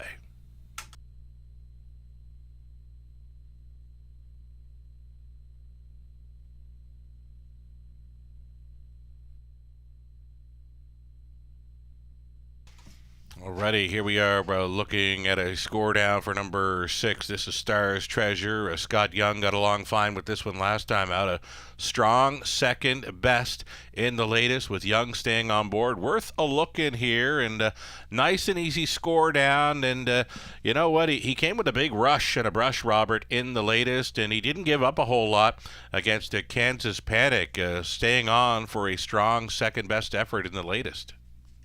Yeah, kept fighting to the wire too. Love to see that. It was a long way back to third. So you like when you see a horse kind of pin their ears and do their best to get to a horse that was well meant and a heavy favorite. Real nice runner-up finish, and before that just blew the field away, winning by a wide margin. 3 straight trailing posts. I mean, what kind of incredible luck is that? And now post 6. I mean, I guess you'd rather have maybe this season you'd rather have post 6, right, than the trailing post. I think so. You seem to race well with it, right? So maybe tonight. I mean, 5-1's a good price. So I got the horse pegged for second, but I mean, if you said to me right now you got to bet either Stars Treasure at 5-1 or Can Be a Treasure at even money, I think there's only one answer there for a win ticket. It's a 6 Stars Treasure. Yeah, I think you kind of nailed it too. When a horse is trailing out for a number of starts and then the nose goes back on gate, how sharp does a horse get for that? Yeah, I mean, they're like, hey, well, I remember this now. Right? Yeah. It goes back on gate. I mean, they have to wonder what's going on when they're in the trailing post week after week like that. And yeah, you should probably see a bit of a bow in his neck, right, going to the gate tonight. And not one that's got that snap speed off the switch, but who knows? Maybe we'll see something from tonight off the gate. All right, it's even money currently on number 5, Can Be a Treasure here. Tyler Borth listed on this one tonight. Even money currently, and Tyler's kind of rolling tonight. He is, yeah. Great call, by the way, J-Port Roadrunner. You gave out the warm-up, Sugar, then you gave out the pre-race appearance on Peter Crown. I hope some people played along because it paid incredibly well. I mean, both horses were decent prices, I guess, but that exacta was just wild. I mean, insane. Yeah. Absolutely. And you know what? There was still plenty of time to get in on that because of the recall, right? We on purpose, I had them go to the 5 following the recall. I said, we got to show this 5 because he is so sharp. And I mean, J-Port Roadrunner did his thing, and the 2-hole ride for Peter Crown, and $122 for that exactor. Like you said, insane. Insane, yeah, and a great call by you. We love it. I mean, I love it just as much as anyone. We give out the warm-up, so please keep doing that because it keeps my bankroll afloat. But speaking of sharp, Can Be a Treasure. Just buzzed past a quarter of a mile there. Real big score down from Tyler Borth. Been aboard this horse twice before. Both times, no bueno. Finished 6th in each of those efforts. But he's kind of a tricky horse, right? When he's on his game, he can blow away fields like this, but he's also made breaks before and had a couple of real tough outings in recent starts as well. But I think he's kind of racing towards the top of his game right now. His last effort much better than it looks on paper, and that's in a straight non-winners of 3. So I think if he gets off the gate like he just scored down and goes to the front, he'll be tough to catch. This is some major class relief for Can Be a Treasure. Picks up Tyler Borth for this one as well, and that is likely why he is 7 7-5 currently. Outside chance for number 7, Mickey Burke. We just mentioned Stars Treasure, 3 8-holes in a row. Well, here's Mickey Burke for 2 outside post 7 in a row. But he's been getting along fine, first finishing up with some broken equipment there in the latest. Now, I'm not sure exactly what the broken equipment was, but it likely factored in somewhat. Yeah, I mean, it probably did. At the end of the day, it was still a big effort, right? Yeah. I mean, really, his 2 tries over this surface and shipping north of the border were both fantastic, because the start before that, he was going to be a winner till he broke stride late in the mile. It was on the gallop, towards the wire. And then last time I was really impressed with that victory. Now, this is a tougher group, and post 7 again, not all that fun leaving from out there, but this is a horse that seems to do really good work from off the pace, and we'll likely see him making noise again in the late stages. Another one you get pegged as a player for the high 5. It's the one Arthur Shelby. I know Lou Sorella actually put this horse on top. A very quick mile to be third in the latest, 57-4 over Flamborough, but we've said it many a time. They're a little bit quicker down there than London. I love that Lou put this horse on top. I wish I had the guts to do it. I watched that replay a bunch of times, Right. and I loved it. Okay. So I love Lou's pick here. And coin flip, I mean, I'd bet coin flip against this group. Sure. He's a big-time lifetime winner, and I just think that Arthur Shelby raced great last time. Rail control, would love to see him get put in play at the gate. And like I said, I love that Lou picked him on top of 20-1. There it is. Robert Reed Jr. loves the fact that Lou Sorella, the hashtag Lunos, has selected 1. Arthur Shelby on top here at 20-1. It's the early high 5 on the night. There is still time. You'd have to hurry. They're lining up. Arthur Shelby on the rail, then United Blue Chip, Lloyd, Shanghai Kai's in the center, then Can Be a Treasure, Stars Treasure, Mickey Burke farthest out, trailing spot for Bet On It, into the stretch. Picking up speed, here they come. Off and pacing, Can Be a Treasure coming off the car, first for Worth, way up on the outside. Mickey Burke got steppy and he went to the gallop. Mickey Burke off stride from that outside gate. Another breaker, Rankin and United Blue Chip got steppy, and Rankin appears to be easing that one now as they stroll up to the quarter mile.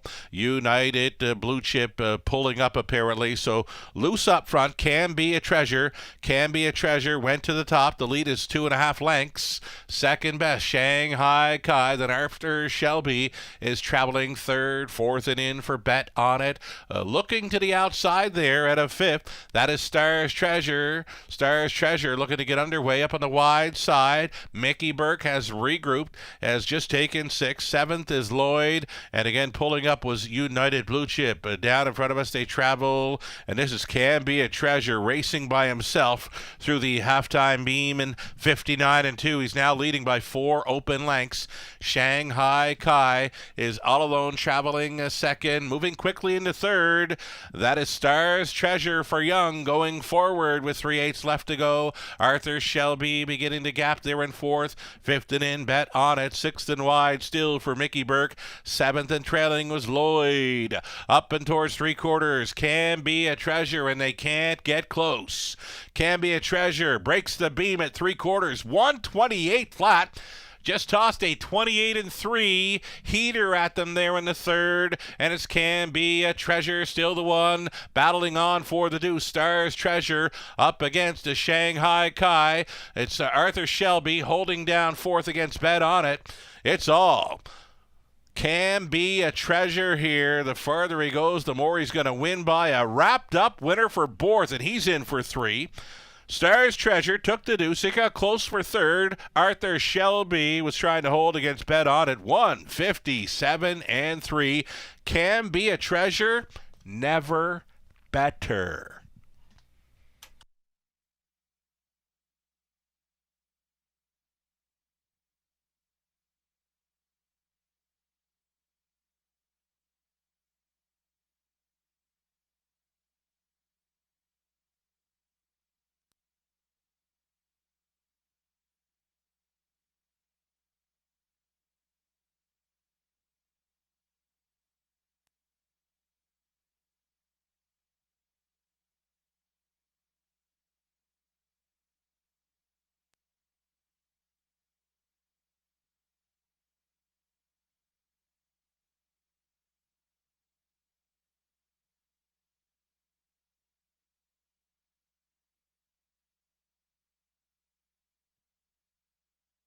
Number 5, Can Be a Treasure, was racing by himself all the way, winning under wraps at 8-5. Stars Treasure on for second. Arthur Shelby did get third over the 8-bet on it. Number 4, Shanghai Kai, rounding out the high five. A 5-6-1-8-4 in the fifth.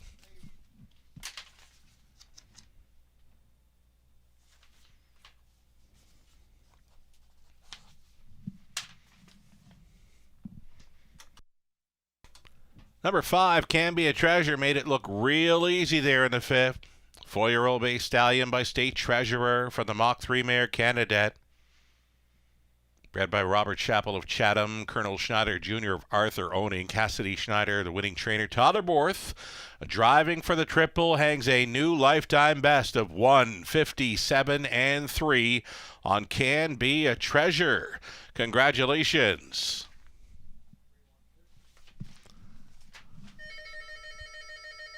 Looks like our friend of the show, Cody, makes an appearance here.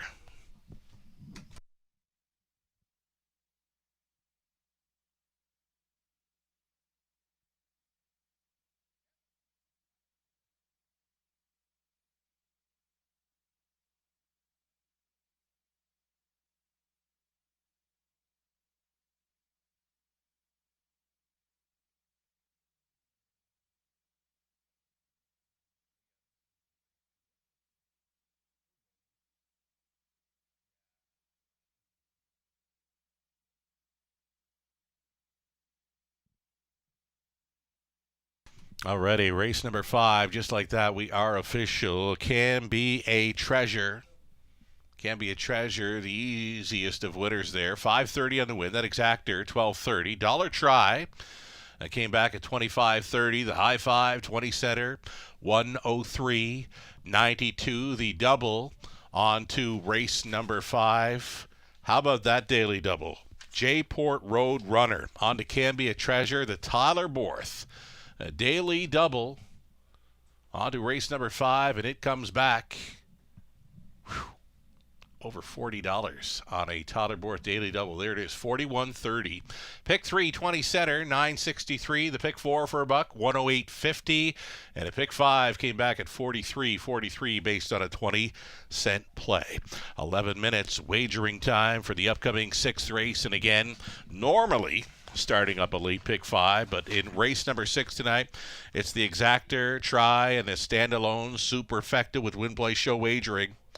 8 pacers for race 6 in about 11 minutes. Plenty more time here to build up your ticket for a late pick 5 that will start in race number 7. The late pick 4 begins in race number 8 tonight on this 11 race card. 10 minutes to post time. Race 6 is next.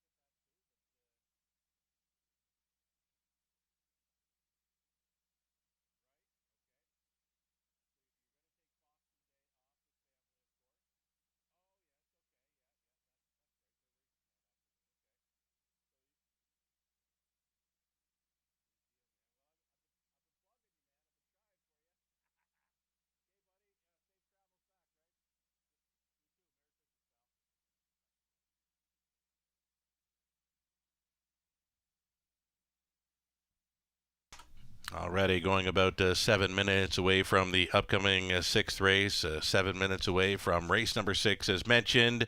Normally, this would be the start of a late pick 5, but with 11 races carded, Late Pick 5 covers our final 5 races beginning in race number 7. So it's a standalone, exacta try, superfecta win play show kind of race. Number 3, Just Ask Joe, opening up as a 3 to 5 choice, reuniting with driver Travis Henry here. 7 to 2 action for number 1. That is RJ Hanover, Taylor Fritz.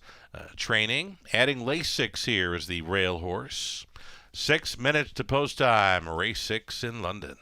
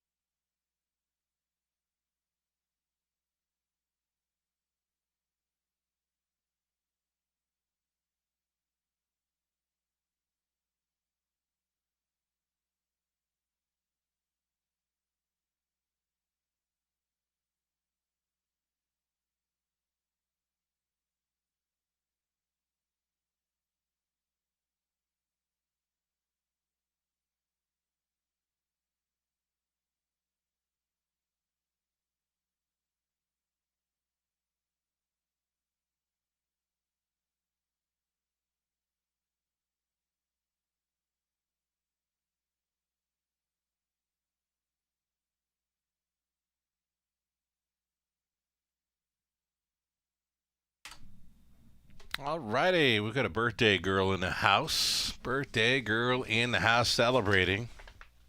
She's racing tonight as well. She's the conditioner for number 5, Gloire Dream, who we'll see in race number 7. Mentioned it last night, you know, how nice it is to win a race on your birthday. Lindsay Kerr did it last night on her birthday with Favaro Sealster. Wouldn't that be something for Riley Simpson to get the victory on her birthday with 5, Gloire Dream, in race number 7? She's celebrating her 30th birthday tonight. Fine picture right there of Riley Simpson with her horse on a Harness the Hope Day here in Ontario. I don't believe it was in London, but it takes place at many other tracks throughout Ontario now, Harness the Hope editions, and that photo taken by a friend of the show, and Ryan Clements. So, for Riley Simpson, happy birthday from all your friends and family members here at the Raceway tonight. Happy 30th, and best of luck with your starter, Gloire Dream, at a post 5 in race number 7.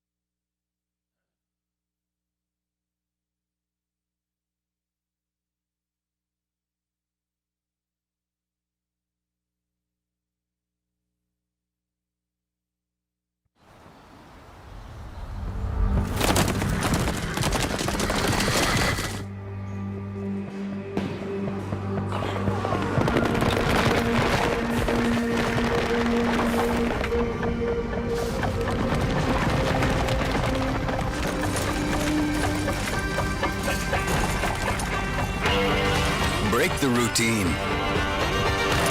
Start today at OntarioRacing.com. Red Association is working with you to ensure a vibrant horse racing community. Shared stories call for a united voice. That's COSA, representing the interests of horse people racing at Ontario racetracks. So whether you're first, last, or somewhere in between, we've got your back. With insurance, benefits, free lifetime memberships, and more. COSA. Follow our stories on social and check out the process at COSAonline.com.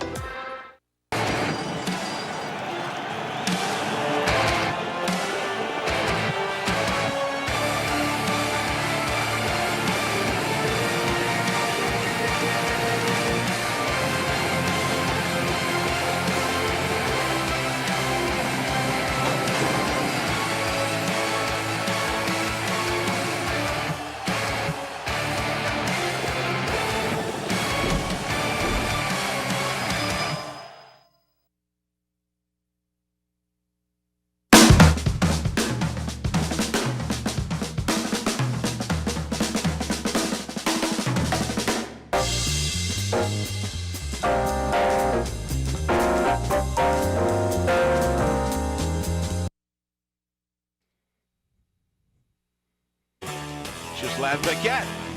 For you, the racing enthusiast, as Ghislain speaks with champions, breeders, trainers, owners, drivers, and more, live. Passion Courses on Facebook Live, Wednesday evenings at 7 Eastern.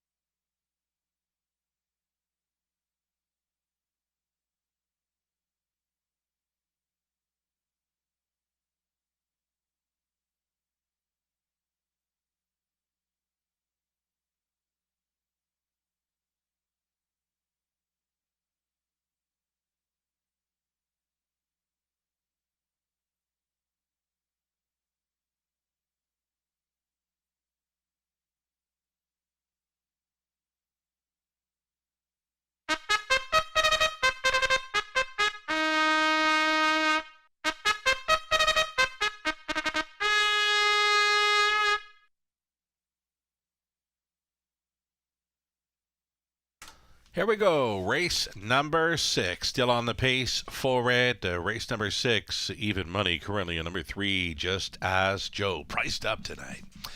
Here's a look at number 1. Auger Hanover. This one for Shen Guo. Trained by Taylor Fritz. Ryan DeRoche on board. Adding Lasix for this. Number 1. Auger Hanover. Adipose 2. Snacky.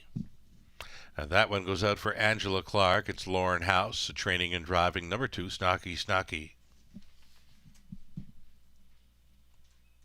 Odds on currently for number 3, Just As Joe, reuniting here with driver Travis Henry. Goes out for owner, trainer, breeder Heather Pickett. It's 4-5 for 3, Just As Joe.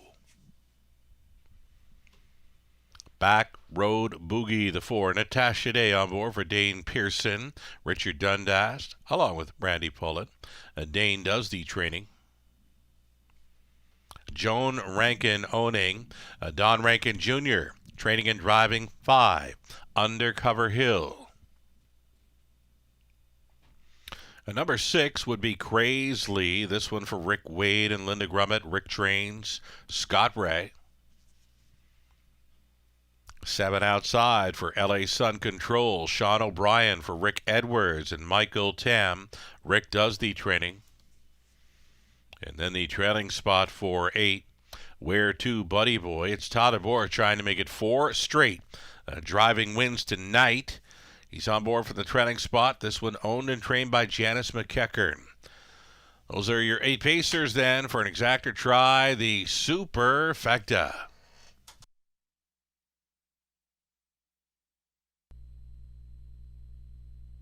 Here we are getting a look at the colt. This is Just As Joe. A 2-year-old colt son of your nemesis from the Royal Majesty Mare Zipcar. Zipcar certainly knew her way to the winner's circle here, Robert. And her colt, Just Ask Joe, has had a pretty good run this meet. This is a much easier spot for him. First time with a price, right? Yeah, exactly. And that's something I love about, in handicapping, right? Is when you get to bet a horse first time in a condition claimer. And it's, it's one thing when they're not racing competitively and against tougher. He's been competitive. Sure in he that is, tough yeah. non-winners of 17,500 class. And, you hook some good horses in there, and he won 2 in a row, non-winners of 5,000 life. And when you're at that level and you make that transition upwards, I mean, that's where usually it kind of goes from, boys meeting men, and it's a pretty tricky transition for many to make. But he's been competitive, and now he gets tagged, and I absolutely love that. Now, the only thing that goes against my usual principles is taking a 2-year-old against older horses, but sometimes you make those exceptions if they're racing well enough. And love the way he looks too in the track. I mean, right there you can see Travis Henry kind of keep him quiet there. He looked pretty fired up in the post parade, but he looks like he's raring to go tonight. Yeah, you can look through the program lines, and this horse shows plenty of 28 quarter mile speed, either to open it up or through middle parts of the race. He actually has a mile in 57.4 over London, and you can look all day and not find one in here showing 57 speed over London. I looked at race number 6 and I said to myself, oh great, we've got a key, we've got a single to start up the late pick 5, but 11 races tonight, right? So late pick 5 starts up in race number 7, but still a key player for Superfecta Exactors Tries, right? Yeah, I was the same way, actually. I got excited as well, and then I realized, it's a swing race tonight. Yeah. But I was excited because, you know what? It's the first time, I think, it's the first time this season. It is our first 11 race card of the meet. There you go. Well, you know what? It was worth the wait, and and I guess we'll have to just accept this one's gonna land in the middle tonight. But hey, at 2 to 5 on him, I mean, I'll never bet a horse to win at that, but I think you'd be hard pressed to get much of a better price come post time. Right on. He is a 159 winner over London. That came back in mid-October, and he's a huge player here. First time for a price. Number 3, Just Ask Joe. Here's a look at number 2. This is Snocky. I know you've chased this one up a few times this meet. Second best last time out when trying to go all the way. He's a player again. He is. He's a speed threat, right? He's going to get a good trip, you would think, either cutting it out or likely in the 2-hole, I think maybe tonight. But he, last time, Lauren House did everything he could to get him across the wire. He drove perfectly. He got him to the lead. He got a cheap middle half. He kept the rail closed, which I love, but Mickey Burke just got past him in the late stages. So did everything right, just didn't end up with the right results. Disappointed as a favorite, but again, I'm going to keep saying it. He's a horse trending in the right direction. I thought he's looked much better in his last 2, and I think he'll continue to progress nicely for Lauren, and he's my main play underneath tonight. All right, still time here as we go inside of a minute for race number 6. Again, it's the Exactor Try Super Win Play Show wager. Heavy favorite continues to be 3. Just Ask Joe. Robert, this past week through Canada, a couple of tracks wind it down, some race meets. We did some work with the Garnet Barnsdale out with Fraser Downs. They finished up with some huge numbers in wagering, and even Rito Carlton had a nice message from John McMillan earlier this evening. He was tuned in for race number 1. He enjoyed the race itself. So for the folks at Rito and Fraser Downs, wonderful meets all together. And just a shame Rito couldn't finish up a full card there. They got kind of rained out there on Sunday night.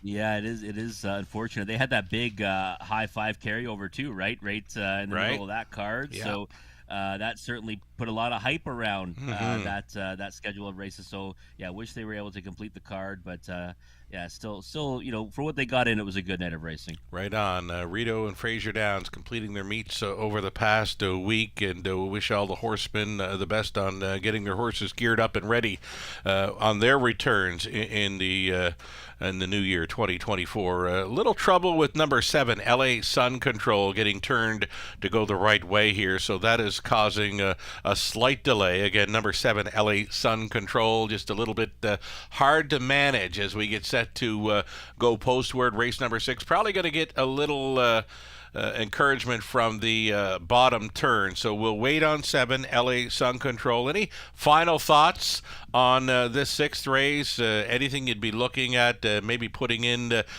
behind? Just Ask Joe, who continues to roll along here, 3 to 5 action.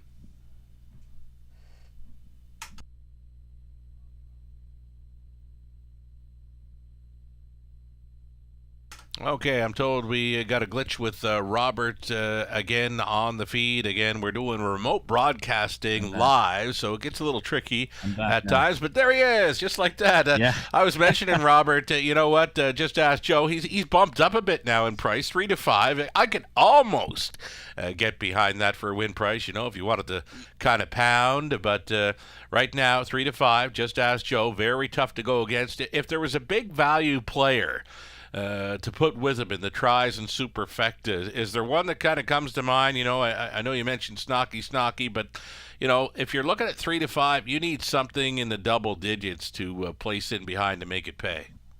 Yeah, the horse that I would have said earlier on. By the way, I don't know what's going on tonight, Sugar. It just cut out on me again. And, I mean, I know my internet bill's paid up, so it's not that. We'll make it work. We'll make it work. You know, it's live TV broadcasting, and remotes. Sure. You know, they can be tricky, but we're back on. But you know, LA Sun Control was the one I would have said, but Okay. he's 3 to 1 right now. The 7. Wow. I mean, I never dreamed he'd get bet down like that, because when he first came out, you know, started his career, I thought he had a very bright future ahead. Mm-hmm. Now he's in for his tag for the first time, but 7-hole 3 to 1, I can't get there.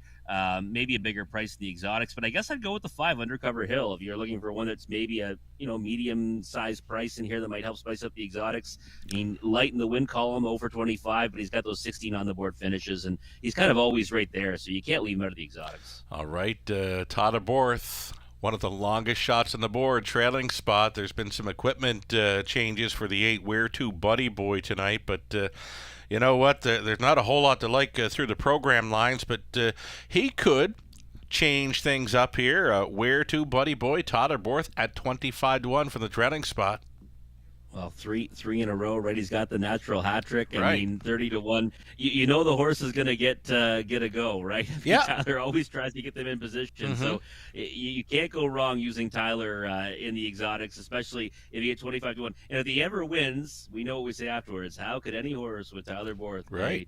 25 to 1? Hey, he does show 2-minute speed. I'm going to take back what I said. You know, not a whole lot to like. You know, he does show 2 minutes, 3/5 back in early November, and the qualifier does show 2:02 and 1. And again, Tyler Borth, one of the leading drivers in the nation for wins in 2023. He does hop on board here. He was on him back on November 21st. He did make front from the outside post 7, just a little too quick through the halftime, likely over the sloppy going. But Where To Buddy Boy right now an inflated price at 25 to 1.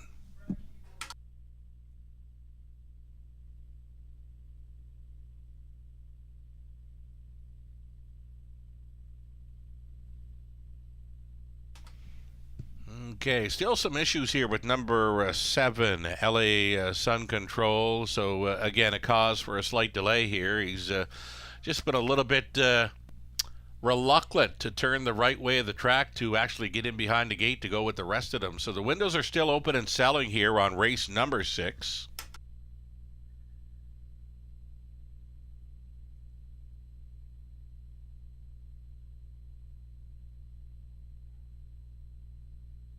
And I'm told number 7, LA Sun Control, is just returning to the paddock here now. Again, number 7, LA Sun Control, returning to the paddock. Windows are still open and selling here on race number 6. And again, the issues with the 7 LA Sun Control, just had a hard time getting him turned to go the right way. A little reluctant to turn towards the starting gate, number 7. So he has returned to the paddock, and when I got more info, I'll be passing it along. Race 6 is next in London.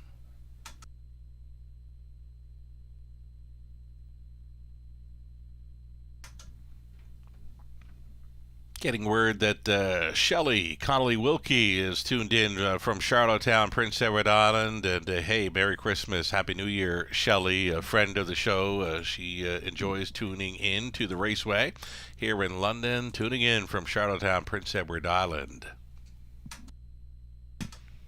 Nick Blaine, he's tuned in as well, south of the border. Nick, he mentions, got to throw the 8 in here. Borth at 25-1. Of course, he says. Nick Blaine, tuned in from south of the border. He's going to chase after Tyler Borth here. On board the 8, Where to Buddy Boy. Still time.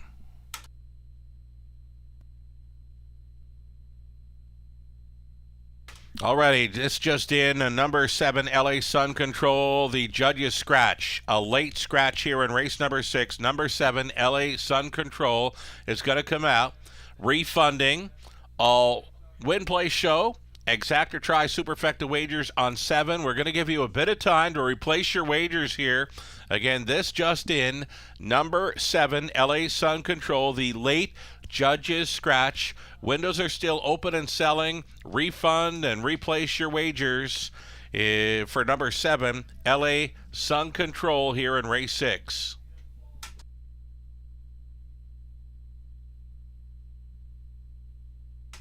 Reduced field of 7 now with the scratch of the 7, LA Sun Control, who was taking the second choice action. Number 7, LA Sun Control, was the second choice in here in wagering. So number 3, Just As Joe, drops even further now to 2-5 again. It was the late scratch of 7, LA Sun Control. There is still time to replace those wagers. The starting car getting set to roll in here.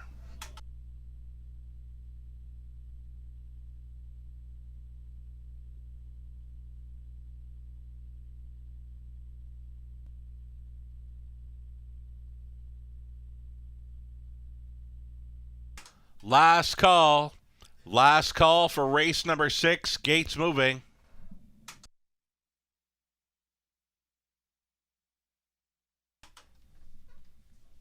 Still the heavy favorite, number 3, Just As Joe, and still one of the longest shots. In fact, the longest shot on the board. It's the 8 with Tyler Borth. Where to Buddy Boy, moving in behind. So it's going to be OJ Hanover, then Snocky, Just As Joe, Back Road Boogie, Undercover Hill, Crazily. Where to Buddy Boy is in the trailing spot. Reduce, field of 7. Here they come.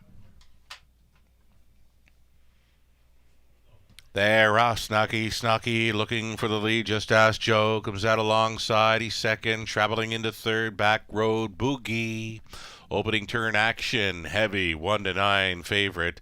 Just As Joe going first time with a price, and he's on top by 3 full lengths, and he's tugging hard on Travis Henry. It's the 2-year-old colt fronting the older pacers here. This is Just As Joe, 2-year-old colt son of your nemesis out of Zipcar. Zipping through the opening quarter mile. It was 29 seconds flat. He's on top by 3. And he's kind of headstrong here. Travis trying to settle him down. Snocky is in second. Traveling third, OJ Hanover. A midfield fourth for Back Road Boogie. Staying in there fifth.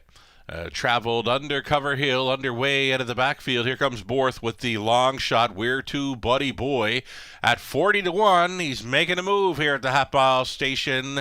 Following on the covers, Crazily over the half at 59-4. Easy stuff for Just As Joe thus far. Just As Joe maintaining a 2-length lead to Snocky, moving into third. Where to Buddy Boy keeps on coming at 40-1. Fourth and in for OJ Hanover. The Bear Reed fifth for Back Road Boogie. Gapped on the cover was Crazily and chased up from last. Undercover Hill. Just As Joe still going forward, still tugging on Henry.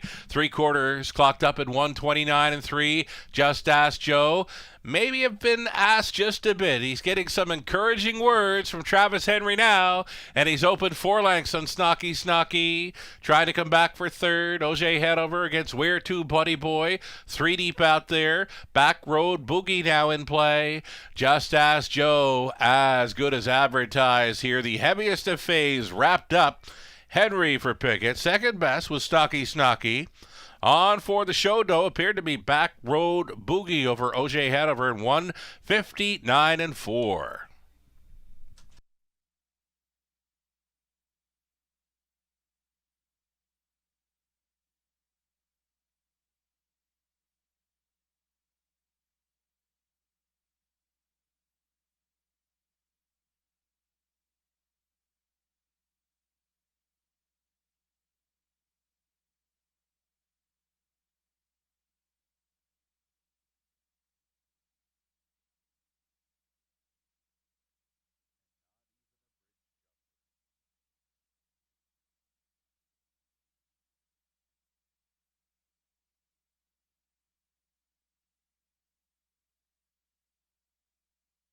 Number 3, Just Ask Joe. Just jogged over Stocky, then Back Road Boogie and OJ Hanover. 3-2, 4-1. Top 4 unofficial.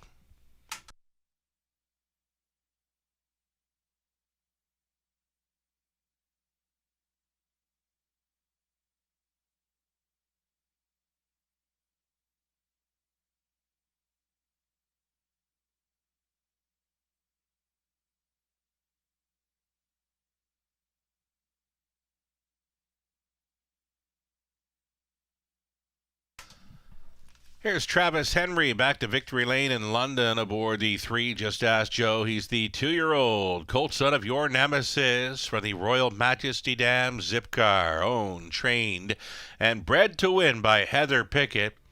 Travis Henry had him on top all the way to jog in 1:59.4. It was Just Ask Joe. Congratulations.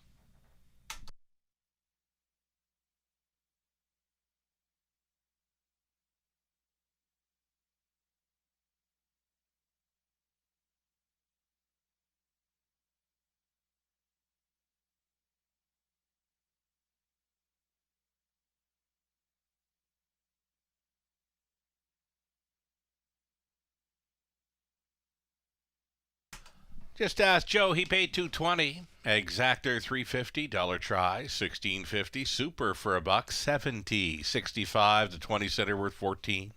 13. Final 5 coming up on this Tuesday evening in London. Part of the 11 race program. First time this meet. More than 10 races, and the players are playing. It's a late pick 5 getting set to start up in race number 7. $5,000 guaranteed pool, low take. Exactor try, superfecta.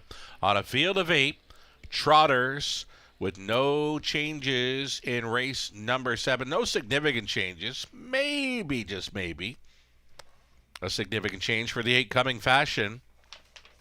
Switching from a blind to a pelling pacifier and adding earplugs for this number 8 Coming Fashion, who had the added line over Flamborough on December 16th. I'm going to get it for you. The added line for Coming Fashion started over Flamborough on December 16th. Did make a break from post 2, sat 7th, and did push up on the wide side to finish 6th in 2:03 and 2. Anthony Hahn was driving. That is the missing line for the 8 Coming Fashion in the upcoming 7th race. He did start at Flamborough December 16th, made a break in the early going. Still clocked up a mile in 2:03 and 2, and the connections changing things up. Blind appelling pacifier, adding earplugs as well for the 8 Coming Fashion. Coming up, race number 7. Again, it's the Exactor, Try, Super, late pick 5, beginning in about 5 minutes.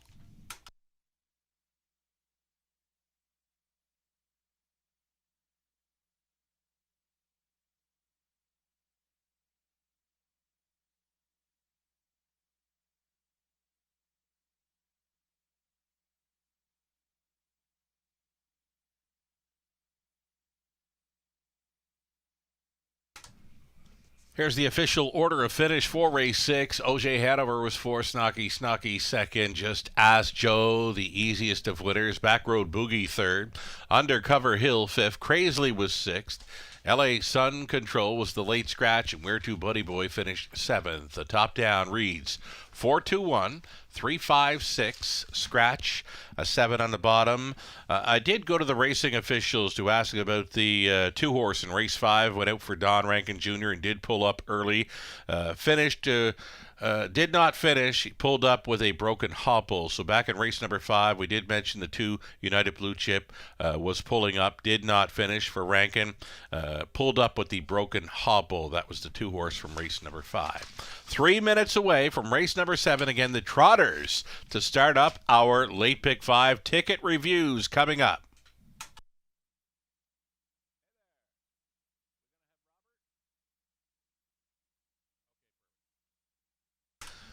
Alrighty, here we go with the race 7 look at some ticket ideas for a late pick 5 covering our final 5 races, of course.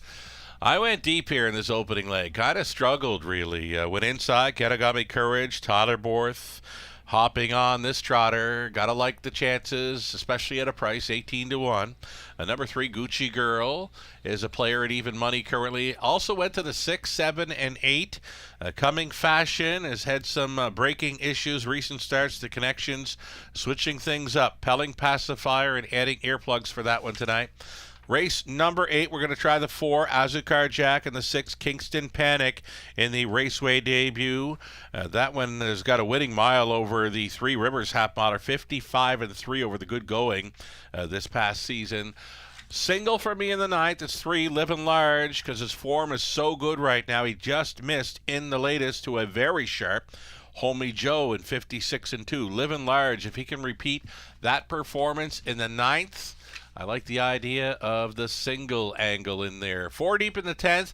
Race number 11 to complete. We'll look at 3. What can I say? The 5, Oki Healy, and 7, Playful Elegance on the outside for Borth. Robert Reed Jr., little glitch last time we talked, but hopefully we're good to go for this late pick 5 set up on your ticket. Take it away, Robert. I think we're good to go, Sugar. And, for me, I love this sequence even though I don't have a single. It's tough, though, right? It's tough. It is. And I think it's one that's going to pay because I think there's some wide open events, but I've got some strong opinions throughout. So first leg 3, 6, and 8 for me. Gucci Girl was blocked last time.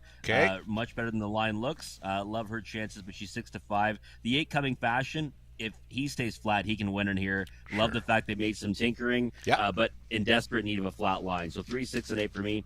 Just the 4 and 6 in race 8, Azucar Jack and Kingston Panic. And race number 9, the 1 Maximus Power. I thought raced fantastic last time in defeat. Only got beat a slim margin in 4th. But the 6, he's a handyman. I think he crushes this group if he's anywhere near his best, and if he can somehow get forwardly placed off the gate, or even if he races him off the pace. I think he's much the best in there. Yeah. I couldn't single, though, because of the fact that I thought Maximus Power raced great last time. So I don't have the 3 Living Large as well as he's been racing as of late. Race number 10, the 1, 3, 5, and 8. I thought that was a very difficult race to handicap. I think any one of those horses can win it. The 5 and 8 both intrigue me.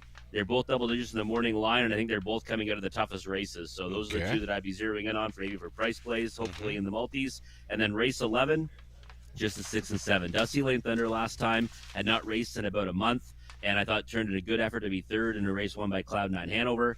And the 7 Playful Elegance, well, Tyler Borth aboard.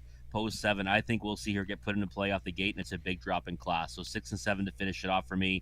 And again, no singles, but it's a sequence that I'm very fond of. And chasing a few prices, Robert. You look at race number 10. You mentioned Deb's New Man, Spare Time Surg, both double digits in the morning line. Lauren House, by the way, will be driving the 8 Spare Time Surg.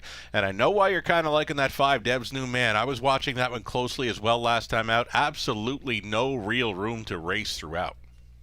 Not at all, and that's an open 8 claimer, right? So this is now a non-winners of 2000 last 5 $8,000 claimer, and I think when you get away from open company down to this spot, and you factor in as well second start back off a little bit of time, second start on Lasix, and like you said, no real chance to race last time. I think that Deb's New Man is a horse that you want to have on your tickets, and maybe you don't get 12-1 vertically, but you will likely get that and then some in the multi-leg wagers. That's what I'm thinking. We're talking about Deb's new man. That is number 5 in race number 10. Might want to include that one in your multi-leg wagers tonight. No real room to race.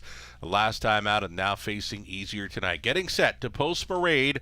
Race 7, the Trotters will open up this late pick 5 in London as the players continue to play.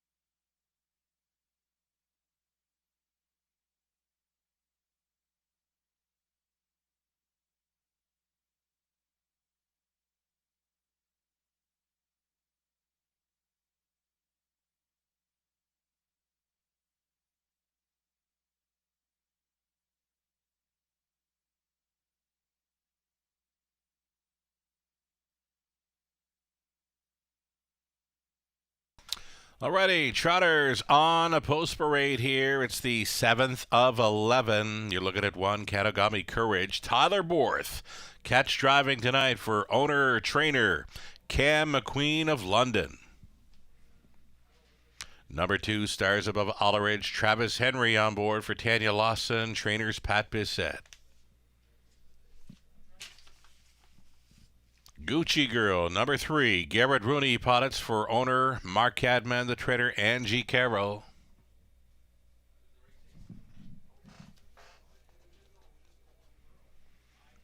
Here is a look at number 5. That's a 5 we're looking at. That is Gloire Dream. This one going out for Connor Wade, Birthday Girl, trainer Riley Simpson. Samuel Filion, driving 5, Gloire Dream.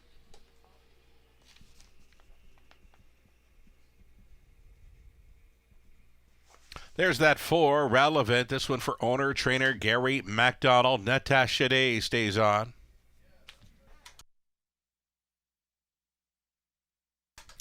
Number 6, Muscles of Plenty. Lauren House remains in the bike for owner Patricia Gibb. The trainers Joe Shaw.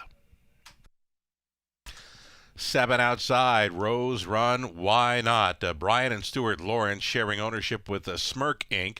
Brian does the training. Scott Ray on board, 7-2 currently. And then it's a trailing spot for number 8, Coming Fashion. Triple S Equine owning, Pam Forgy conditioned, Anthony Hahn driven. 8 Trotters to start up. The late pick 5 in London, a go-to wager right here with the $5,000 guaranteed pool. Low take, exactor, try. It's a super effective play. Alrighty, we're going to go back to a top selection for Robert Reed Jr. We're looking at Gucci Girl and 2-1 currently. And Robert, you mentioned not a whole lot of room to race last time out. Trip really that turned into not so dreamy in the stretch, because they came home in 32-3, but she was pretty much blocked the entire stretch drive and had nowhere to really go. So I went back and and watched that effort, because you see a horse take all that kind of money and get what looks like a perfect trip. You say, well, what happened? Well, she never really got a chance. So I bet down to 5-2 on that occasion. I think she was well meant in there. And now today you're going to get the same price, and she should be brave. The only thing is she's missed a week between starts. But I just thought inside draw, maybe she tries to cut it this time. I mean, she showed a dimension of early foot in that effort, and she was pretty keyed up on the track tonight.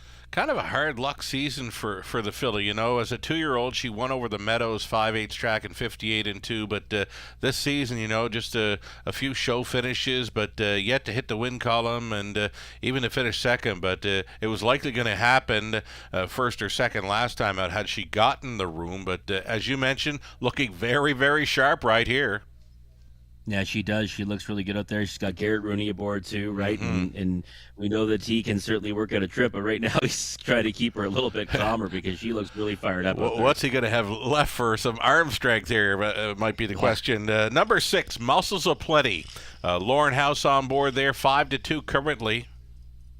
Yeah, I'm thinking, the lineup might be those two, right? Because Muscles of Plenty, she's a different animal on the engine. Sure. She really is. I mean, last time she impressed me by hanging around as long as she did in the first over position. She's not a horse that usually I'd like to get behind if she's going to be taking air, but I thought she raced well to be fourth. And I think, Lauren can get him off the gate as good as anyone, and I think we're going to see her fired up off the switch. And 3-1's not a bad number on her. I mean, when I looked at this race, I was hoping the lineup would be, 6-3, 3-6. And if that's the way it pans out, I'd be pretty happy. Oh, this race, the more I'm looking at it, man, the more I'm saying, wow, this is so wide open. Number 8, Coming Fashion, mentioned, had a few breaks in recent starts. The connections decide to tinker. So they go from blind bridle to a pelling pacifier. They're also adding the pull-out earplugs. So obviously looking to see something different from this one tonight, but as you mentioned, does need that clean line as well. That's kind of the scary part for me. You need a clean line, and you're starting from the trailing post. Right. You know what I mean? So it's like you're looking at a horse that, by all rights, if you go back to starts further back in the season, I mean, you'd say that there's some lines where he'd be 1-9 coming into this, right? The problem is that in recent efforts, I mean, 2 back here, it was an interference break. I remember seeing that race live, and he got very unlucky. He was kind of posted up behind a horse that made a break in stride. It sent him off stride as well. Last time out, though, couldn't mind his manners, made a decent recovery really to get back into the race, but then, obviously it was just too much for him. Tonight, if he gets some semblance of a trip and can stay on the trot, he can win. And I mean, you're getting your money's worth of 7-1 Sugar. I believe so. The risk is worth the reward because he's good enough to win in here. But the problem is he's in desperate need of that flat line, because one more break and he's going back to the qualifier. Right on. Speaking of risk and reward, how about the 5 Guadream? We always mention when it's your birthday and you're racing, you want to be in the winner's circle. Riley Simpson, 30th birthday. She's with us tonight. She's sending out Guadream. Lindsay Kerr did it last night with Favaro Sealster. Can this horse get the job done on Riley's birthday? You know what? I mean, not without a chance. A horse has kind of been, in the mix and picking up pieces. And listen, the birthday angle is very strong here. Yeah, it is too. It is. It's one of those things where it just seems to always come in, and I'm always cheering for a horse when it's someone's birthday. So I'd be okay with that result. It would knock me out of the pick 5, but I'd still be okay with the result. All right, we are getting close here. Tyler Borth, 3 wins tonight. He's hopping on board number 1, Kanagami Courage for Cam McQueen. This horse, another one that needs the clean line. He's been making breaks in the early going, but a good set of trotting hands on board tonight. Yeah, and also someone that likes to go to the top, and she can do exactly that. So she might try to play catch me if she can as well.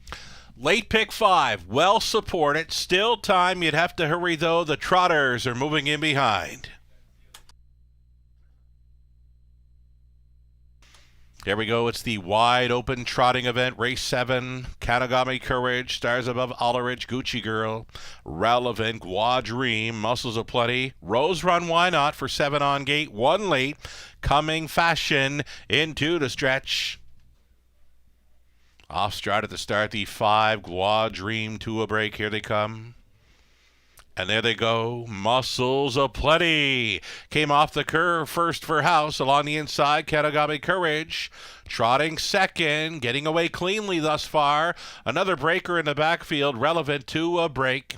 So Relevant and Guadream, early breaks here as they straighten for the opening quarter. Muscles of Plenty did close up as a 6-5 favorite. Will have Kanagami Courage tracking for Borth. Trotting from third is Gucci Girl. 4th best away for Rose Run, Why Not? Then in 5th, Stars Above Ullerich. With them in 6th, another one away cleanly tonight. Coming Fashion closed up as the 2-1 second choice.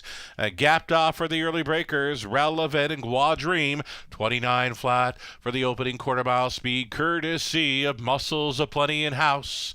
Front ending here on the half-mile approach, and they're just coasting along unchallenged. Kanagami Courage with a great journey here in second, traveling third and thinking about it. Gucci Girl got right line right there after a half of 60 seconds flat. Muscles of Plenty, the one to take down. Kanagami Courage continues with the tow-along trip. Gucci Girl, open road now. She's out there in third.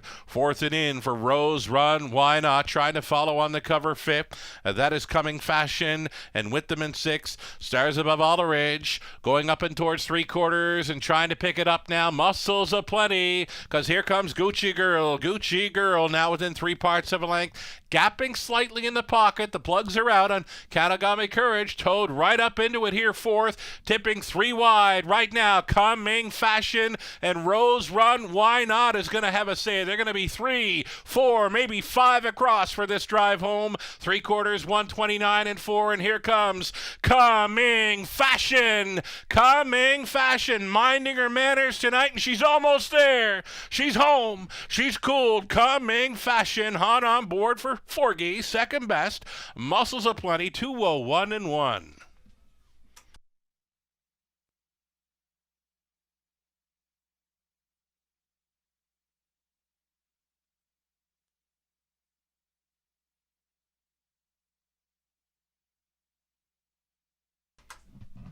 Coming Fashion here, second choice, 2-1. Late pick 5, well supported, just shy of $23,000 in the pool. Coming Fashion, starting things up.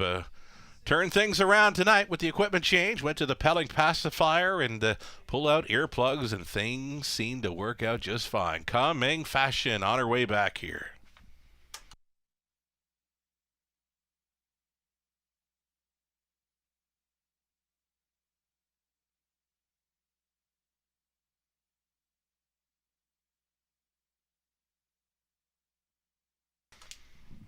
Number 8, Coming Fashion on top, over 6, Muscles Aplenty, then the 7, Rose Run Why Not, and 3, Gucci Girl. 8, 6, 7, 3 unofficial.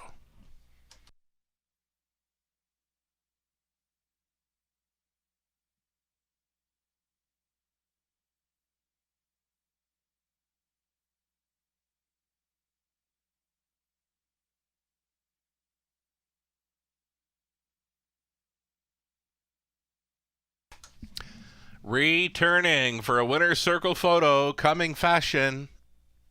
4-year-old brown gallet son of Crescent Fashion. From the Here Comes Herbie mare, here comes Annie. Owned by Triple S Equine of Newton, Ontario. Pam Forgy Condition. Anthony Hahn, driven to win tonight in 2:01 and 1 from Off the Pace. Coming Fashion for his 12th career win. That's number 6 on the season. Congratulations.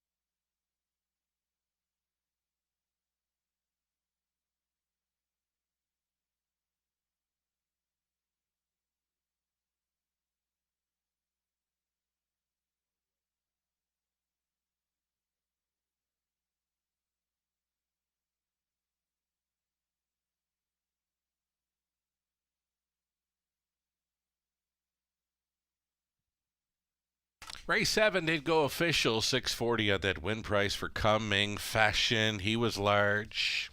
Exactor, $16.30. Dollar try, $36.75. Super for $1, $150.60. 20 center, $30.12. So the Trotters starting up a late pick 5 in London, as mentioned, well supported by the players, just shy of $23,000 in that pick 5 pool. Second choice, Coming Fashion. He started things up. 8th race, up and coming, Exactor try, Super. Back on the pace forward. If you missed on Coming Fashion, for the pick 5, we've got the late pick 4 starting up. Another $5,000 guaranteed pool to chase after. Low take, go to, of course. 6 minutes to think about it.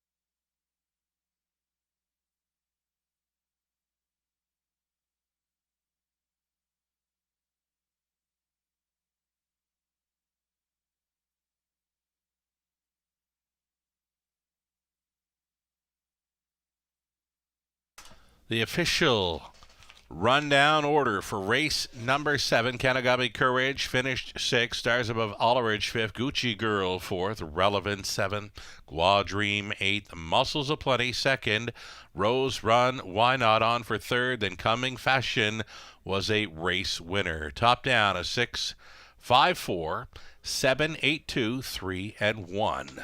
4 more to go, leaving us with a late pick 4 starting up, going back on the pace for race number 8.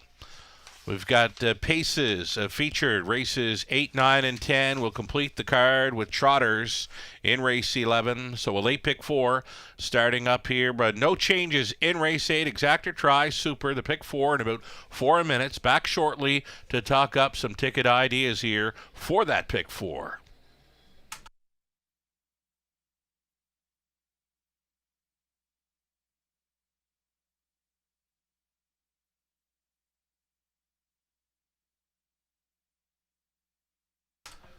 Alrighty, here we go. As promised, pick 4 ticket ideas. Let's do it. In this opening leg, number 1, Doc's Rock with Rail Advantage. Colin Kelly gets the call. Will be racing up close. Will be a factor at some point.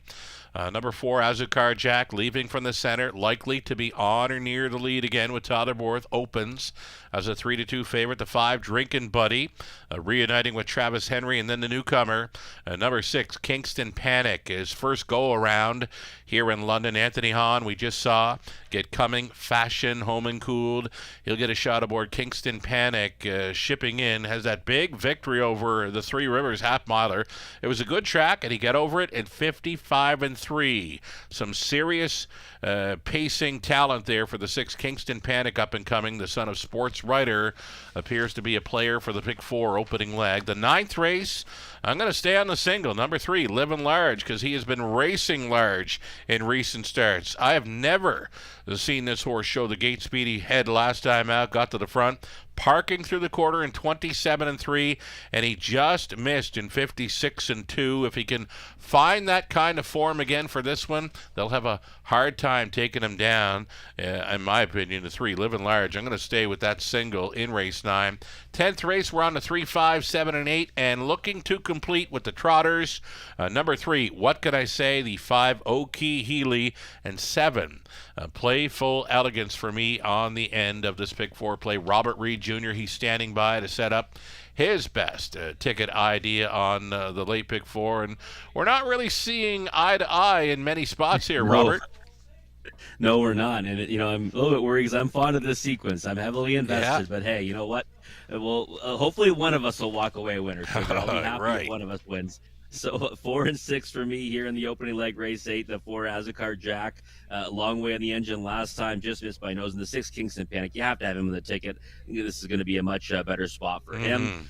Race number 9, the 1 and 6, Maximus Power, I thought raced fantastic last time. And now you get Tyler Borth aboard this time around, and kind of was late to the party behind the gates. And this time around, I think we'll see him right on the iron, coming off the switch. But the 6, he's a handyman. I think lays over the field. My only concern is that if he's got too much work to do, he might not get there. But I really believe that this is a real soft spot for the 6. He's a handyman. Race number 10, the 1, 3, 5, and 8.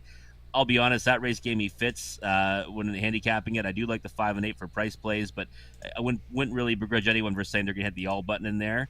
And race number 11, the 6 and 7, that's Dusty Lane Thunder. Second start, or getting back under regular rotation after missing a month, and I thought raced really well to be 3rd last time. And the 7, Playful Elegance, Tyler Borth factor, and a horse that gets some serious class relief. I think we'll see her get put into play from post 7. Right on. That's Robert Reed Jr. setting up this late pick 4. You know what? I did kind of struggle in the 9th race, but I love Living Large so much off the latest. If I was going to go another way, it was definitely 6. He's a handyman, because that is some major class relief for an early speed threat indeed. Yeah, he can do it from anywhere. He's a horse that can go to the front. He can race him out the pace. And you know what the thing is, too? Measuring stick for me, it's an optional 12 claimer. You're not buying him for $12,000. Not a shot. He's a handyman. There's no way. And I mean, if Mr. Horner wants to take 12 for him, I'll find the money. There'd be a pretty long lineup, I'd say. It would. There would be. It'd be a bidding war for sure. But no, I think he just lays over them. I've always loved the horse. And the thing I love about the Horners that they always come to play, right? The horses are ready to roll, and getting down to this kind of a spot, I don't think they're going to want to waste it. I think he'll be, in the mix. And no matter where he is, whatever trip he gets, he's good enough to win in there. Speaking of coming to play, we've really got to thank our horse players tonight. They are on board in a big way. We've seen some massive pools tonight, and you know what? Late pick 5, well supported, well over $20,000. The early pick 5, $30,000. So thanks so much to those tuned in and turned on to the Raceway this evening. Players are playing. Racing is fantastic. We are getting set for a post parade. Race number 8 of 11 to start up our late pick 4.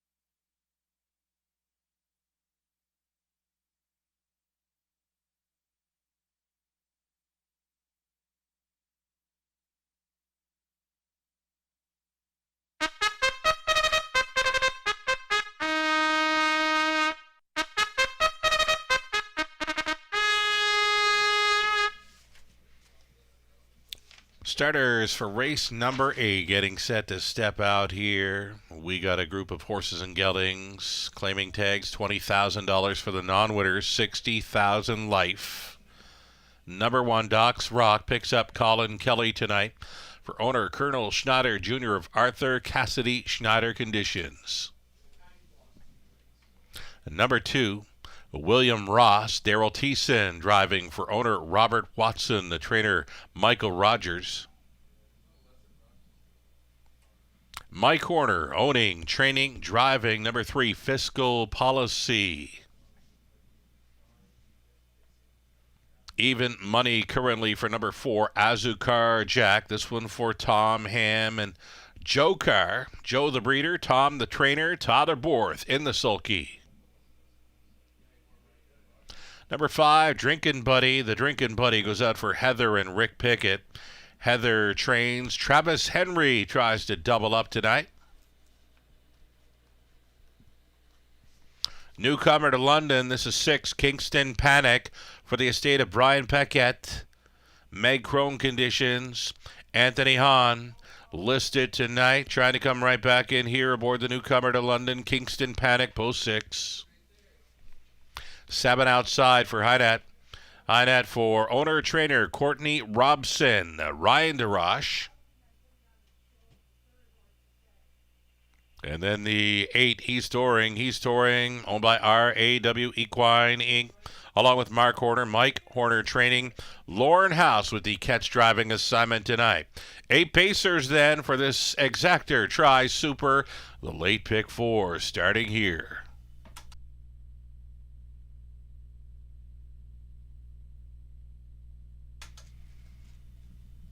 There's that live pick 5 update. $22,000 plus pool. Following the victory coming fashion, the second choice left about 25%. We're going to call it less than 25% of the pool still in play, $4,920. As we get a look at number 4, Azucar Jack, backed once again here. He got taken down late by a bit of a long shot. Woodmere Denver got to him very late last time out. He was a heavy favorite in there. The betting public, though, they're going to go right back to him, leaving from the center, expected on the lead or near it again. Azucar Jack for Borth. Robert. Yeah, I mean, I think he's one you've got to, like in here. And I was all over him last time as a single, like everyone else was, and it was a big knockout, right, when Woodmere Denver got him. Certainly, yeah. Woodmere Denver had been in great form. I mean, he's been a horse that's been racing fantastic, and one of those ones where you look at it afterwards and think, like, they turn it into a sprint and stretch.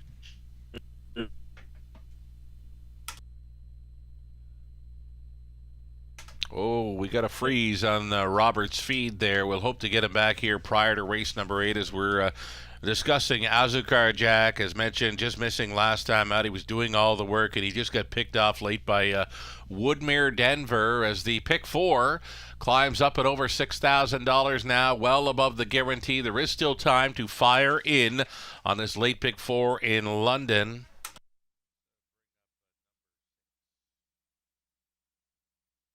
Going to get a look at this newcomer to London. This is 6 Kingston Panic. As mentioned, the life mark took place over the Three Rivers Half Miler over a good track on that day. It was 155-3. Winner of almost $50,000 this season. So this 3-year-old son of sports writer tried it over at Woodbine Mohawk Park. A little tough for him there, but before that, over Three Rivers, he was getting along fine. As mentioned, 55-3 over a good track. It's his Raceway debut tonight. Does get some class relief with this group. 2-1, second choice currently in number 6, Kingston Panic.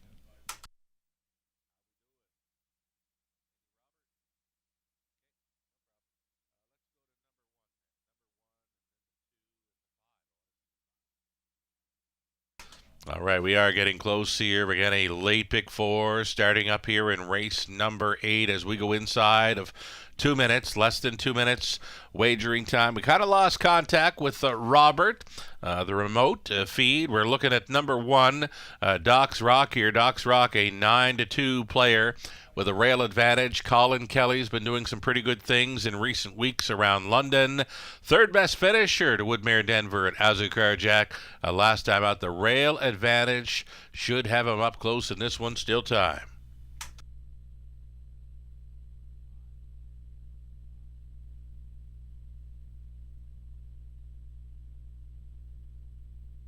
All righty, back with Robert Reed Jr. We're looking at the Azucar Jack. We're looking at the Kingston Panic and Doc's Rock. One that I've been looking at here, number 5, Drinkin' Buddy, reuniting with Travis Henry.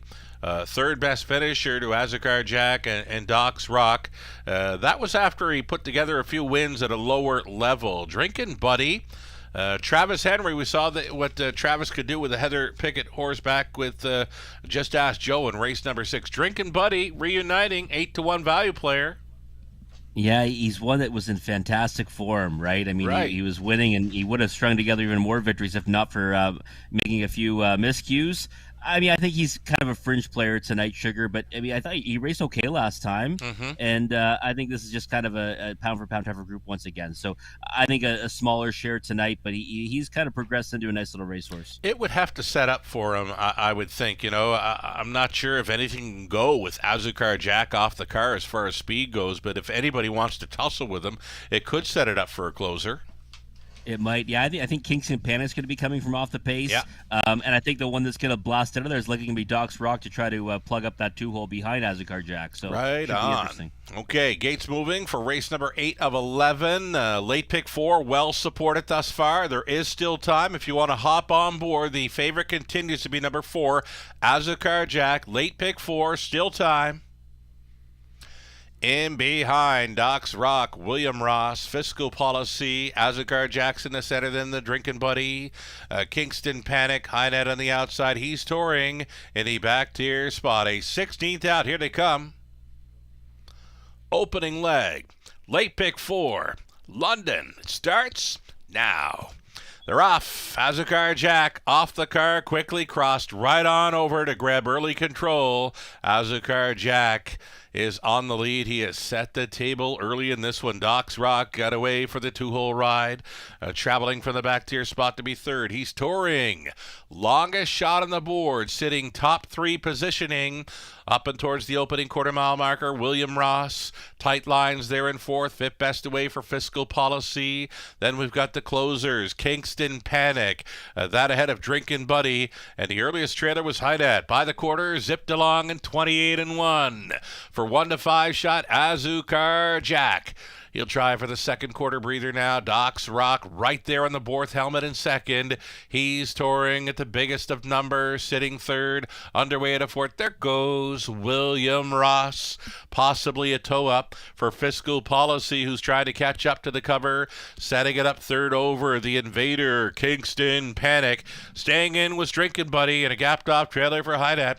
58-2, halftime speed, well rated. 30-1, second frame for Azucar Jack going forward with less than 3/8 left to go. Doc's Rock has been tripping out for Kelly. And second, William Ross trying to get closer at a third. He's under urging now. Fourth and in for long shot. He's touring. Gapped on the cover was Fiscal Policy. Widest of all through the backstretch is a Kingston Panic. In behind the wall is the Drinkin' Buddy and still trailing Hydat. 127-1, 28-4 through the third. Azucar Jack still on top. It is Doc's Rock who's been tripping out. Doc's Rock gets a peek to the outside. 7/8. They're at it now. And on the inside, Azucar Jack. Here comes Doc's Rock after him on the outside. Almost there. Azucar Jack. He'll hang on for a grand slam for Borth. Second best was Doc's Rock. Then came He's Touring over Drinkin' Buddy. So Azucar Jack going all the way here at 1 to 5 in 157 flat. Borth on board for Carr and Ham.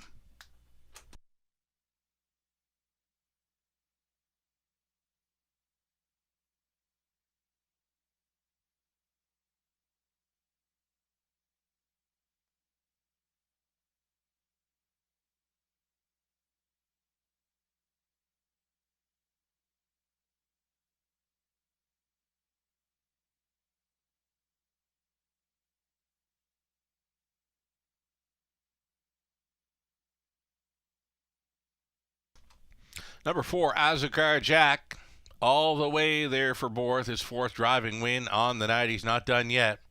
Number 1, Doc's Rock was second. He's touring at that big 60-1 number. He's in for third. Then fourth going to the 5, Drinkin' Buddy. 4, 1, 8, and 5 unofficial.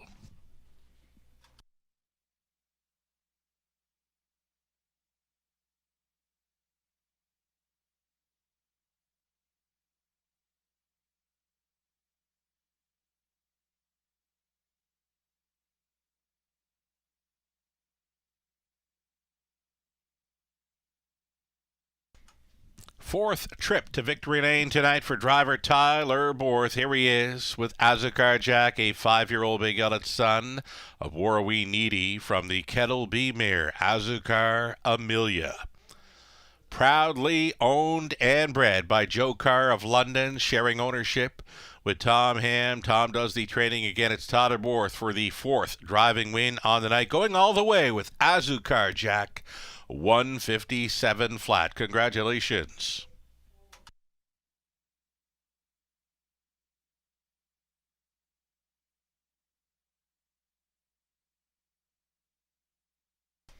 Prices are posted just like that. $260 on the win ticket exactor, $540. Dollar Try comes back at $107.50. So he's touring, definitely helping out the tries and superfectas here with the favorites, finishing 1-2.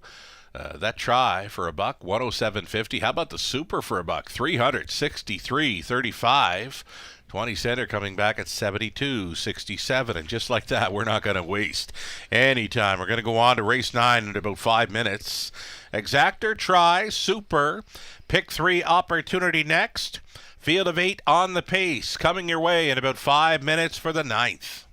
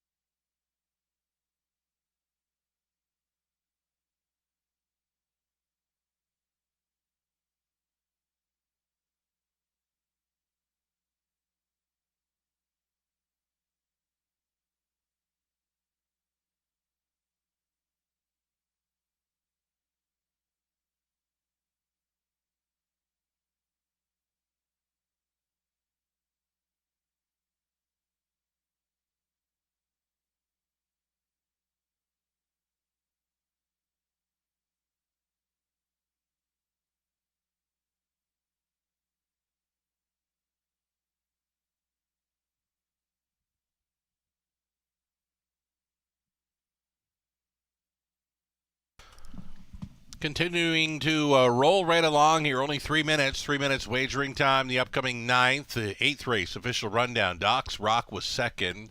William Ross, sixth. Fiscal Policy fifth. Azucar Jack, the race winner. Drinkin' Buddy on for fourth. Maybe circle that one up for next time. Kingston Panic was seventh.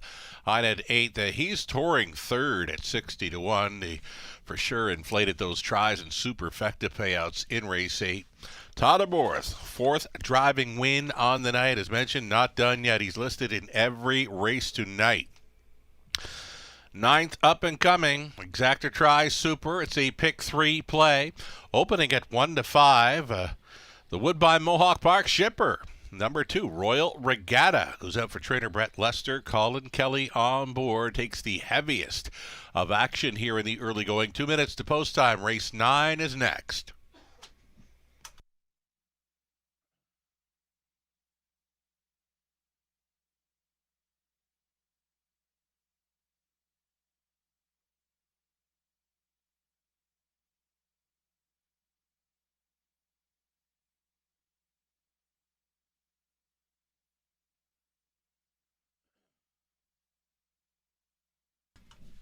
Few equipment changes here for number 4. Just Marvelous. Just Marvelous. Blinkers to an open bridle. He's going to add a Murphy blind to the left side. Aluminum to steel shoes up front.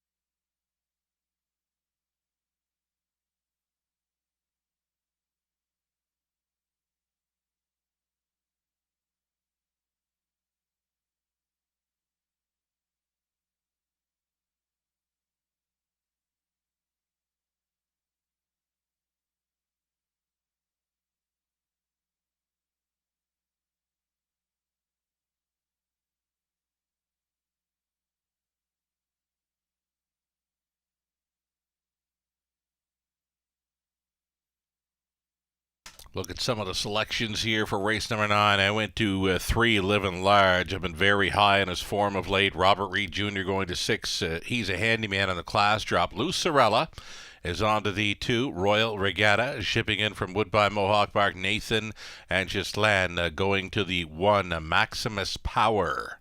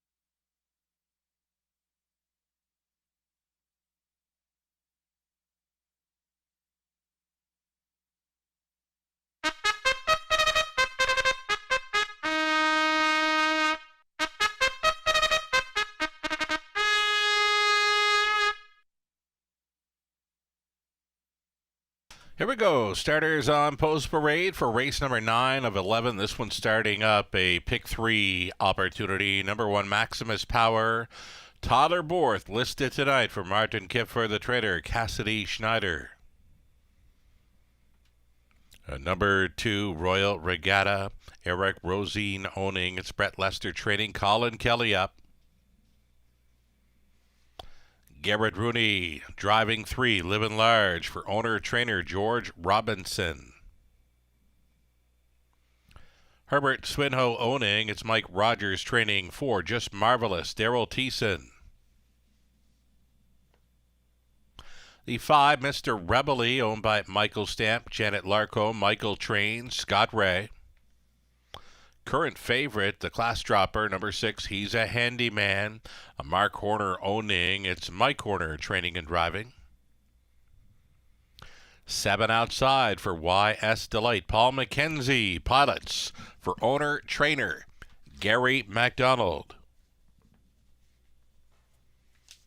And a trailing spot for 8, Bravado Sealster. This one for owner-trainer Christina Sounding. Natasha Day gets the call tonight. 8 Pacers, 9th race, Exactor Try, Super, the pick 3.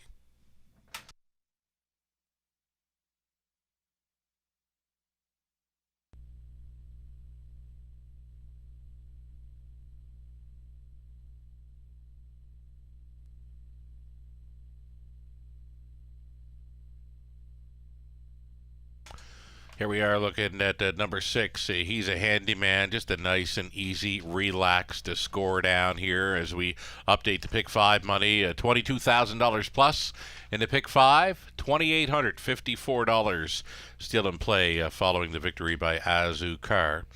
Jack, as far as the pick 4 goes, well supported. $15,000 plus pool. A little more than half of that pool still live and in play. Number 6. He's a Handyman, as mentioned, class dropping here, the son of Big Jim. No tag on this one, of course, for Team Horner. This is He's a Handyman, dropping in class, does have sharp gate speed. A Robert Reed Jr. top selection. The players are playing him, Robert. Yeah, they are. I mean, 7-5 opening odds. I was kind of excited, Sugar, but I know it's going to shrivel up on He's a Handyman. The class relief is so important for him. And last time he was a winner, it came in the class above this.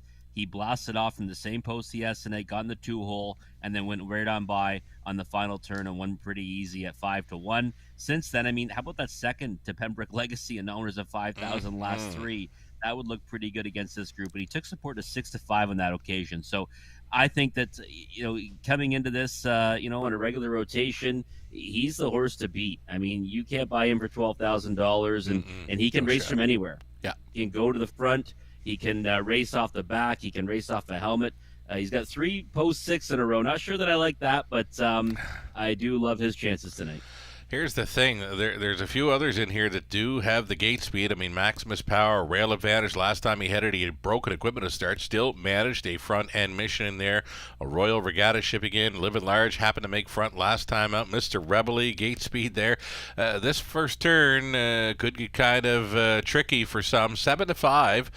He's a Handyman, but as you mentioned, this is a much easier spot, and a few of them racing with the $12,000 claiming tag, and no shot you could ever buy this horse for that. And No. right, the rail horse Maximus Power picks up Todderborth, Cassidy Schneider conditioning. That duo has worked for a victory earlier in the program. Big win by Cambia Treasure. New Life Best coming for that one in December. Yeah, and you know what? I think this one raced fantastic last time in defeat, and a couple of nice fourths, since being claimed by Cassidy Schneider. Now you get real control. This horse has speed off the car. We know that. And that race when he had a broken hobble and still went a long way in the lead before finishing second real wicked, you don't see horses do that. I mean, you just don't see that. So I think that 7-1's an overlay on Maximus Power. I used him in the multi-legs because I said, you know what, if he's a Handyman ever has to come from off the pace tonight, maybe gets caught in traffic, maybe Maximus Power is the one that might be able to blast out of there and get away from them. So I think it's a value player at 6-1, definitely the one I'm going to be playing the most underneath the exotics. I am surprised to see Maximus Power at 6-1 with Todderborth. I honestly thought with the rail advantage, this horse would be a 2-1, 5-2 kind of player. Yeah, and last time he was left with a lot of work to do. Right. He really was. And I thought that, he was one that we maybe tab for next time. saw him kind of closing with pace, and then he got rain into the picture. I mean, he still got beat by a big enough margin, but he was still across the track and forth and not really that far out of it. I thought he raced huge, all things considered. And you're right, 7-1 to me is a bargain. I think that's way too high. Less than a minute now. Number 2, Royal Regatta. You know this horse well from Woodbine Mohawk Park. Tell us about it. He was really sharp going into his latest. I mean, he'd been racing fantastic. He's a horse that's got all kinds of speed off the switch, and he'd been overcoming outside draws. He won 2 in a row in November, and he's a horse that tonight he's going to be put into play off the switch. There's no doubt about it. He'll likely be in the mix throughout. It's a matter if he can kind of keep on going. And he sometimes gets soft in the end of his miles when he has to do a lot of work. And like you said, he might have to do some work tonight into that first turn. My talk pick 3, Living Large. I'm going to stay with it. You know what? Very sharp form. He's going to be the first one on the wings, if that means anything to anybody. Could not be racing any better as of late. I've been thoroughly impressed with his efforts. I thought he'd be bet down a lot more tonight, Sugar. He's 7-2, though. I'm sticking with he's a handyman, though. I just think he's the best horse in here. There we go. 9th race going in behind. Pacers here to start up the pick 3. Exactor Tri Super. In behind her, Maximus Power, then Royal Regatta, Living Large, Just Marvelous, Mr. Rebelly, he's a handyman, YS Delight for 7 on gate, 1 late, that being Bravado Sealster into the stretch. Pacers pick up speed, here they come. And away they go. He's a handyman in play. Royal Regatta off the switch and towards the inside. Maximus Power has them stacked 3 high. Borth wants to be up front here with Maximus Power marching at 7-2. Maximus Power in control here in the early going. Royal Regatta ducking and tucking here for the 2-hole ride. He's a handyman settled down into 3rd. Living Large comes away in 4th ahead of Bravado Sealster going 3rd to last. Just Marvelous. The back markers, Mr. Rebel Lee and YS Delight. 27 for Bullet. Quarter-mile speed opened it up here for 7-2 shot. Maximus Power. Royal Regatta closing up as the 3-2 choice. Will get the trip there in 2nd. Gapping slightly 3rd. He's a handyman. He's considering the outside move, and there he goes. He's a handyman going forward here with a lap to go. Maximus Power high-lined through that station in 58-1. Maximus Power, the lead down to a half length. He's going to get pressed in a big way by He's a Handyman. A big 3rd quarter tilt coming up between He's a Handyman versus Maximus Power. Royal Regatta continuing 3rd. Living Large, he's in play. Out there in 4th, the buried 5th for Bravado Sealster. Out there in 6th, Just Marvelous off the back end. YS Delight from last, going wide into the final turn. Trailing Mr. Rebelly up and by 3/4. Hit me. 1:27.1. He's a handyman. Took control. Maximus Power could not hold him off. Living Large now to battle on for the deuce. A locked and blocked 4th. Royal Regatta. And into the backfield, Just Marvelous taking off. He's a handyman in full control of this one. Less than a 16th to go. He's a handyman. A much the best winner here for Horner. On for 2nd, Royal Regatta. Living Large 3rd. It got close for 4th. Just Marvelous against Bravado Sealster. 157-3.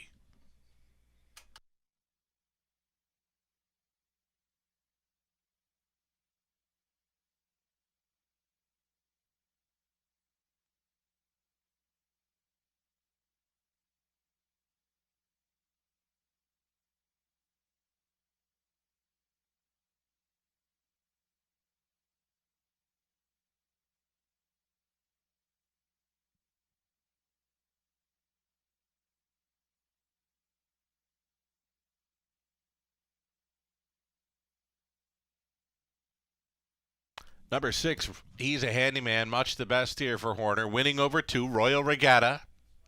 Number 3, Living Large, continuing with the sharp form to be 3rd and on for 4th. Number 4, Just Marvelous. 6, 2, 3, and 4, your top 4 unofficial.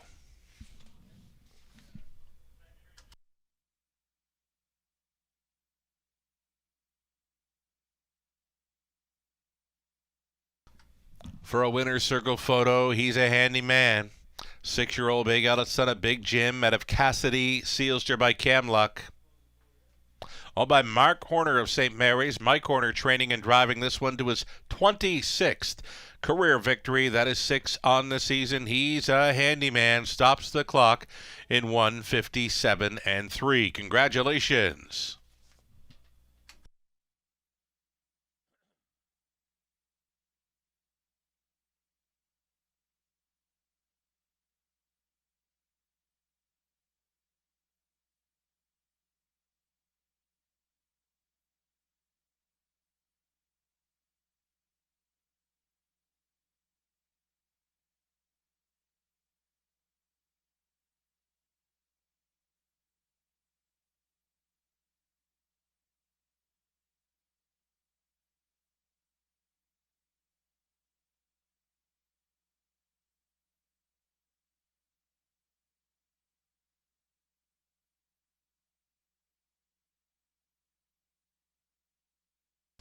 Ninth race, now official. $760 on the win price. Top selection, Robert Reed Jr.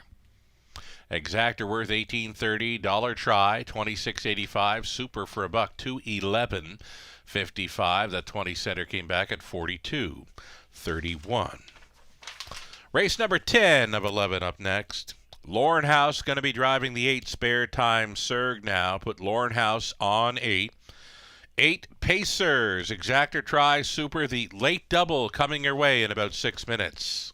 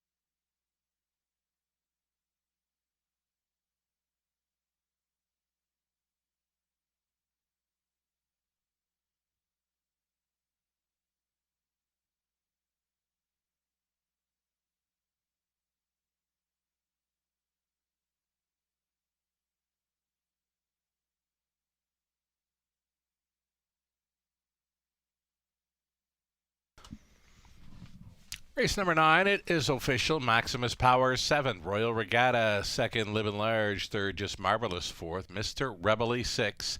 He's a handyman. The race winner, YS Delight, was 8th, and Bravado Sealster 5th. He's a handyman, much the best. And $760 on the win price? Nice ticket there. So top down a 7, 2, 3, 4, 6. 185. 2 more to go. It's race 10 up and coming. And again, Lauren House now listed for the 8 spare time Surg. We have got the update for the Survivor Tuesday. We began with, I believe it was 110 entries. Now down to 9. 9 left in play for Survivor Tuesday with 2 races left to go. Best of luck if you're one of those 9. From 110 starters, 9 left in play for Survivor Tuesday going into race number 10. 3 minutes away.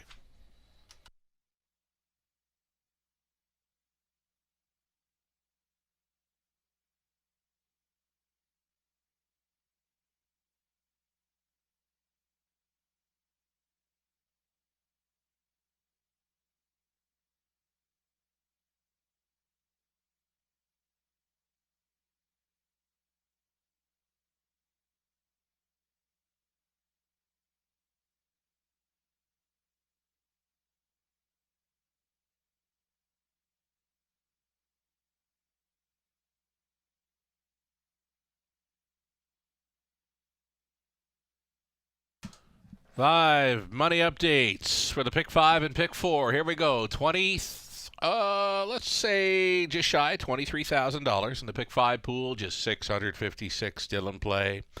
2 legs left to go. The pick 4 was well supported as well.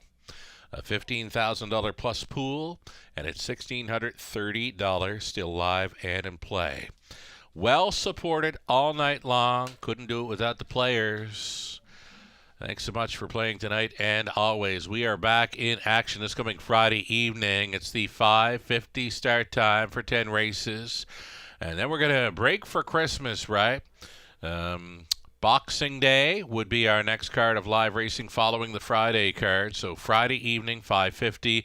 And then the Boxing Day matinee, Tuesday, December 26th, first race post time at 12:55. Race 10, up and coming, number 5, Deb's New Man. Big value on the morning line. Lacked room in latest. Lacked racing room in latest. Beware of number 5, Deb's New Man, facing an easier bunch tonight. 7-1 currently, was 12-1 on the morning line.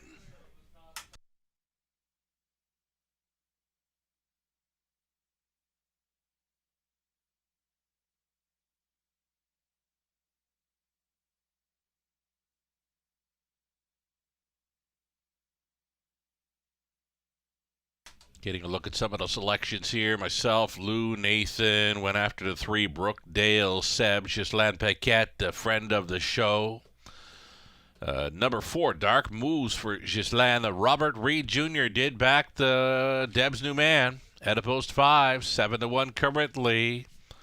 Both of us are recognizing the fact that that horse lacked room in the latest on the return to racing. A Deb's New Man going second time, Lasix, top selection for Robert Reed Jr. Stepping out on parade here shortly.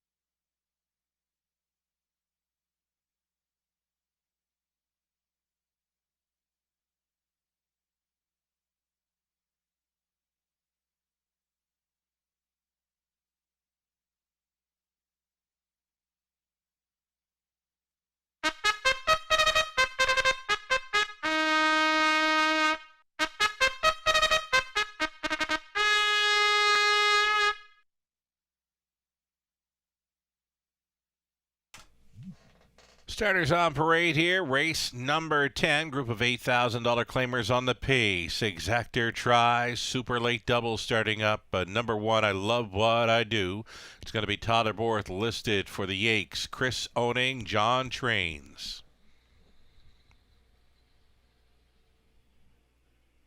Number 2, it'll be Beyond the Moon. This one for Stacy Smith Robinson, trained by Jacob Roberts. Ryan DeRoche in the sulky. Current favorite, number 3, Brookdale Seb. This one for Michael Stamp, Janet Larcombe, Michael Training, Scott Ray on board. Dark Moves, number 4, owned and trained by Troy Cochran. Second time here for Troy. Paul McKenzie listed on board. Number 4, Dark Moves. Here's the 5, Deb's New Man, still getting double-digit odds on this one, owned by Dylan Jackson of London. Larry Fitzsimmons trains. Daryl Thiessen stays on. Here's a look at 6, Sage Duhara. This one for Michelle Latot, John Allaire, Brett Lester trained, Colin Kelly driven. Outside chance for number 7, Full Race Cam, William Kirkpatrick, along with Pamela Loomis sharing ownership. Michael Rogers trains, Garrett Rooney on board. And trailing spot for number 8, Spare Time Surg. This one for Tom Bain, Vince Lombardi, Chris Manana. Tom training, make the driver, Lorne House. There you have it. 8 Pacers, $8,000 tags. Exactor Tri Super, the late double.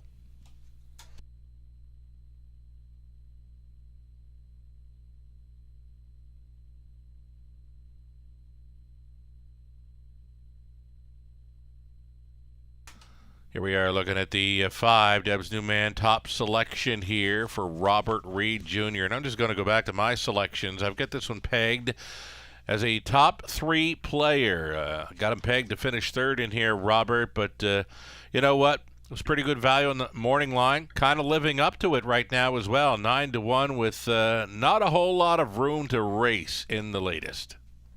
Yeah, and also racing off time too, right? Right. Significant time sugar. And second start back now, second start on Lasix, and on top of all that, I love when an open, claiming type gets down to that condition claiming racing ranks. And this one here, I mean, a lot of horses can fit it. Numbers of 2,000 last 5, but I just thought that he's got a lot of room to step forward off his latest. He's a horse that has speed off the gate. Thiessen likes to put them in play, and I think Thiessen also, after he gets to know one too, he usually drives them a little bit differently, maybe more aggressively tonight. So I thought this race looked wide open. I know Brookdale Seb's gonna, take the support, and with the big discount and price tag, that makes sense. But Deb's New Man, I think, is in with a chance at 8-1, and I wouldn't take 4-5 on anyone in here. Right on. A speed threat, that 3, Brookdale said. But Deb's New Man, the price is right. 8-1 currently on a horse that didn't really get a chance to race at all last time out. And I like the double qualifier angle as well. So, you know what? The conditioning factor shouldn't be a problem for number 5, Deb's New Man. Daryl Thiessen staying on, 8-1 price player. Another one to consider might be the 8, Spare Time Surg. You're getting Lorne House hopping on board now, leaving from the trailing spot. And as you mentioned, you like that angle, getting away from the open type $8,000 claimers. Yeah, exactly. And this one here has been, facing tougher as of late. I mean, Favaro Sealster, we've seen that one come back to win already. Derby Dillon made a good account of himself. The Optimist, any one of those horses, even State of Play, I would bet any one of those horses against this group. Trailing post has been tricky, but this is a horse that, if he stays plugged in back there, he can sit a favorable trip. And it might come down to trip this race. When you've got a race where you look at it and say, who wants to win it, it might come down to who gets the best trip. And if he could ever, race off a helmet or hide on the pylons and just try to make one surge at them late, then maybe he can get there. And 10-1, I looked at this race and said I want to be on this side of price, and I'm happy that my top 2 selections are both almost double digits. Well, here it is, inside of 2 minutes now. Lorne House hopping on board this 8, Spare Time Surg. How about the drive he did on He's Touring back in race 8? Plugged right in there and finishing 3rd at 60-1 to absolutely inflate the Try and Superfecta payoffs in there behind Azucar Jack. Yeah, I love to get the bombs on the tickets under the favorites, right, to help everything pay, and everything paid fantastic. And Lauren is not one of those guys that's afraid to get nose to helmet, right? He's gonna put them on there, and if they can get away, then he's going to give them a chance. And I'm hoping we see the same thing with Spare Time Surge here tonight. Okay, Brookdale Seb, a 53-4 winner over Flamboro's half miler this season, and you know what? Big time class drop, right? I'm looking at the $20,000 price tag last time out. It was a condition event, of course, but this is a big drop for the 3-year-old son of Shadow Play. It is. He's deeply discounted here. Now, the only thing I always say about these spots, I mean, I might be holding it against him. I was on him last time, so maybe I'm being too hard on him. But the price tag obviously goes down, but there is that caveat that that's a race that's got now there's a 30,000 life attached to it. This is now there's a 2,000 last 5. So you can have horses that have piled up victories and earnings. Now, is there any horses that have had storied careers in here with all kinds of wins and earnings? Not really, but I don't think this is a walk in the park for him. He might win. He's even money. I've got him in the mix here, but I thought he'd be one that, if you get him beat, you might get a better payoff in those multi-leg wagers. Seconds away. We seen Garrett Rooney earlier tonight come from way back aboard a 50-1 shot. We've got Garrett hopping on board 70-1 outsider full race cam. You know what? Was moving first up through a quick middle half last time out. Any shot for 7 full race cam here at the big price.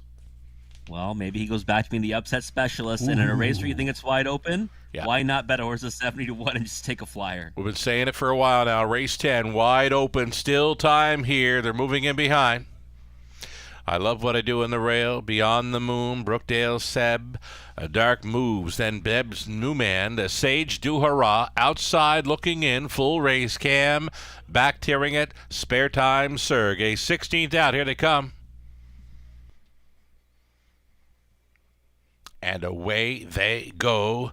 Brookdale Seb leaving sharply. Deb's New Man in play tonight. Wants some open road. Deb's New Man's going to be racing up close against Brookdale Seb, getting away in third. I Love What I Do sliding into fourth.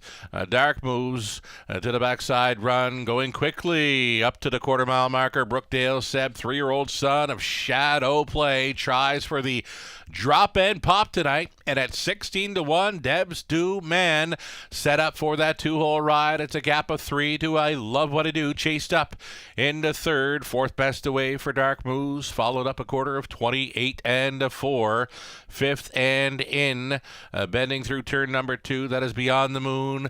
It's the parking ticket tonight for Sage Du Hurrah, who's got to go to the back of the bus. Coming on through there with Spare Time Surg to race from 6th, and full race cam is 7th, and gapped off in a big way now was the 6 Sage Du Hurrah. Halftime leader. Brookdale Seb got there in 59-1, 2.5 lengths of separation here for the 3-year-old. Brookdale Seb, it's Deb's New Man getting a peek to the outside there in second, though is still gapped off slightly. I Love What I Do is holding down third, out there wide in fourth for Dark Moves up on the outside, trying to be fit. Beyond the Moon, a Bear Reed sixth for Spare Time Surg. Seventh is Full Race Cam through the backstretch, 3/4 up there in 129-1, high lined into the final turn. Race favorite Brookdale Seb, Deb's New Man getting a little bit closer, chased up in second. I Love What I Do.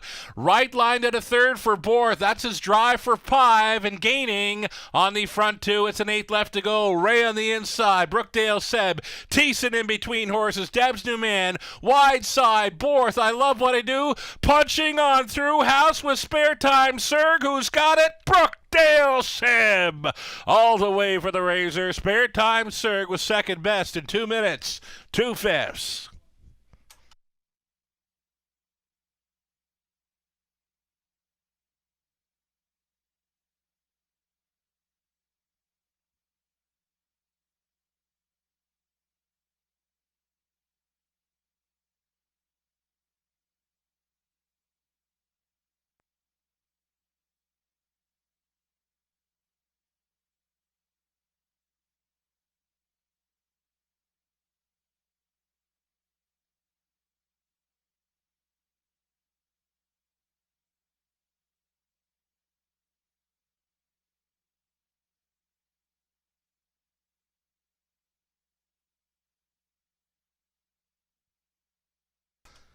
$8,000 claimers put on a heck of a race there. Brookdale Seb, just enough to hold on over a bunch of value players. Spare Time Surg at 18 to 1 second. Dev's New Man 16 to 1 third. I Love What I Do fourth at 40 to 1. Full Race Cam and Rooney at 80 to 1. We're in behind that wall of 4. 3, 8, 5, and 1. It's unofficial.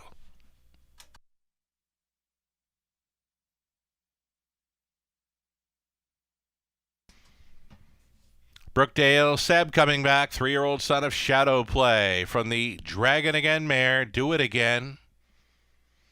Bred by Charlotte Ranch of New Brunswick, owned by Michael Stamp and Janet Larcombe. Michael training, Scott Ray on board for this gate-to-wire victory. 2 minutes, 2/5. 7th career win, that's 4 on the season. Brookdale Seb all the way. Congratulations.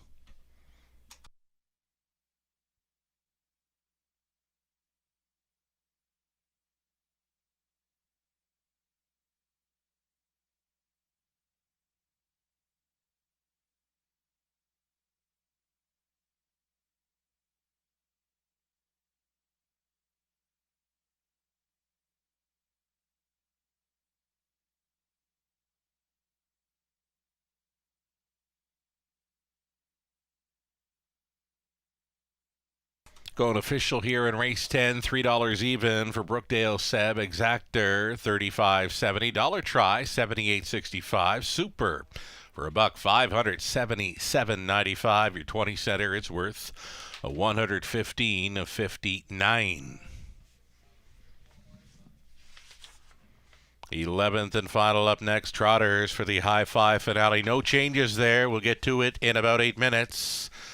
About 8 minutes wagering time on our 11th and final non-jackpot Super High Five Exactor and Try. And again, it's 8 Trotters, no changes.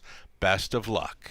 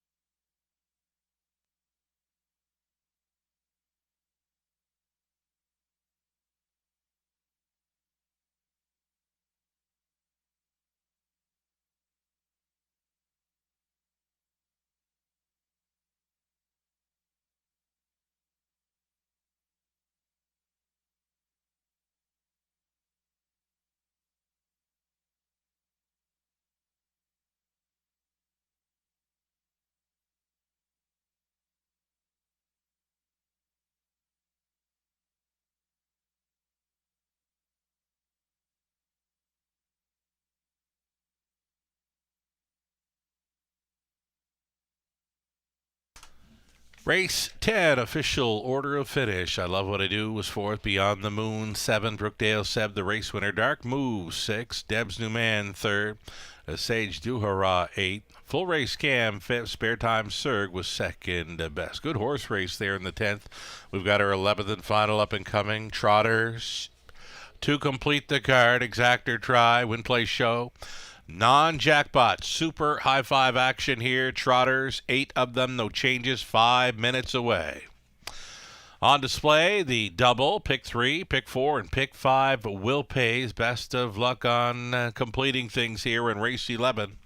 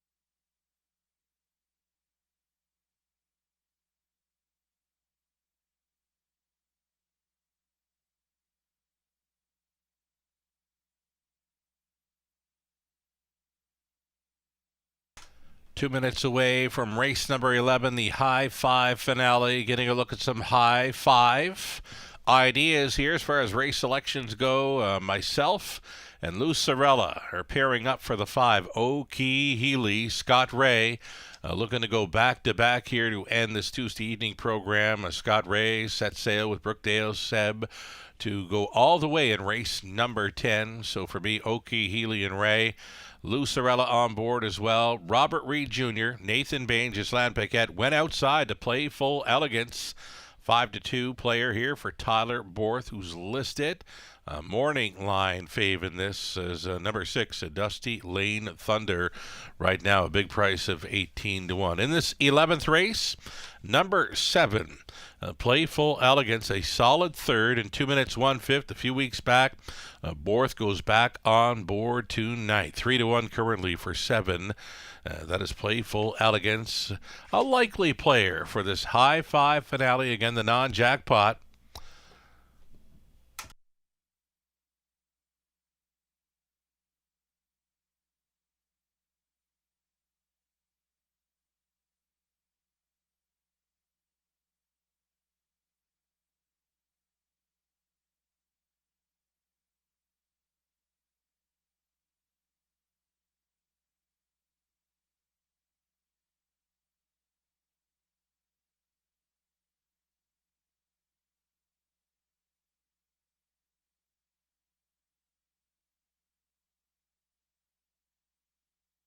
So as mentioned, the live racing continues this coming Friday evening. Great looking card. Lots of full fields of 8. I believe just one 7-horse field on the card. 10 races, 5:50 start time for Friday. We'll break for the Christmas holiday and come back with the Boxing Day matinee, Tuesday afternoon, December 26th. We're going to open up some space around here. We expect a nice crowd on hand for the Boxing Day matinee. Again, that's Tuesday, December 26th, 12:55 start time. We'll have top of the fair open. The tables are still available there. You can book a reservation for the Boxing Day matinee at topofthefair.com. The Raceway Lounge will be a space, and I believe the main level of the grandstand as well will be operating for business on the Boxing Day matinee. Come join us Tuesday for a 12:55 start time. I mentioned, Scott Young might be thinking about coming up a few more Tuesdays. He tells me he's going to be at Woodbine Mohawk Park for the Boxing Day afternoon card, but he'll look to be coming back on more Tuesdays going forward here in London. Post parading the Trotters here for race number 11. On the rail, it's going to be the One I Am What I Am. It's Patricia Gibb owning. Joe Shaw trains, and Mike Horner up. Number 2, Satin Pajamas. Just missed the last time out. Goes out for owner, trainer, driver, Jeff O'Brien, sharing ownership with Pamela Baum and Eldon and Carol Wedlofer. Ashley Bako owning. Lori Bako trains the 3. What Can I Say? Lorne House on board. There he is, Mr. Handsome. I'm talking about What Can I Say? I'm not talking about Lorne House. Lorne House driving What Can I Say for Team Bako. Number 4, Her Grace K. The mare is owned by Lori Keeling, trained by Jason Libby. Travis Henry goes on board. Key Healy, Adipose 5. The mare is owned and trained by Jack Ray of London. Scott Ray on the lines. Dusty Lane Thunder was the morning line favorite. Alfie Carroll has this one going from post 6 for owner John Bell. The trainer, Dame Pearson. Outside Chance for even money favorite. That is 7, Playful Elegance. Dennis Duford owns. Ashley Duford trains. Tyler Borth. And to trail out, Mo Power Baby. The 8-horse goes out for Kerry Howard, trained by Jeff Graham. Natasha Day on board for the drive. Those are your 8 trotters then. No changes. Exactor try the Super High Five Finale.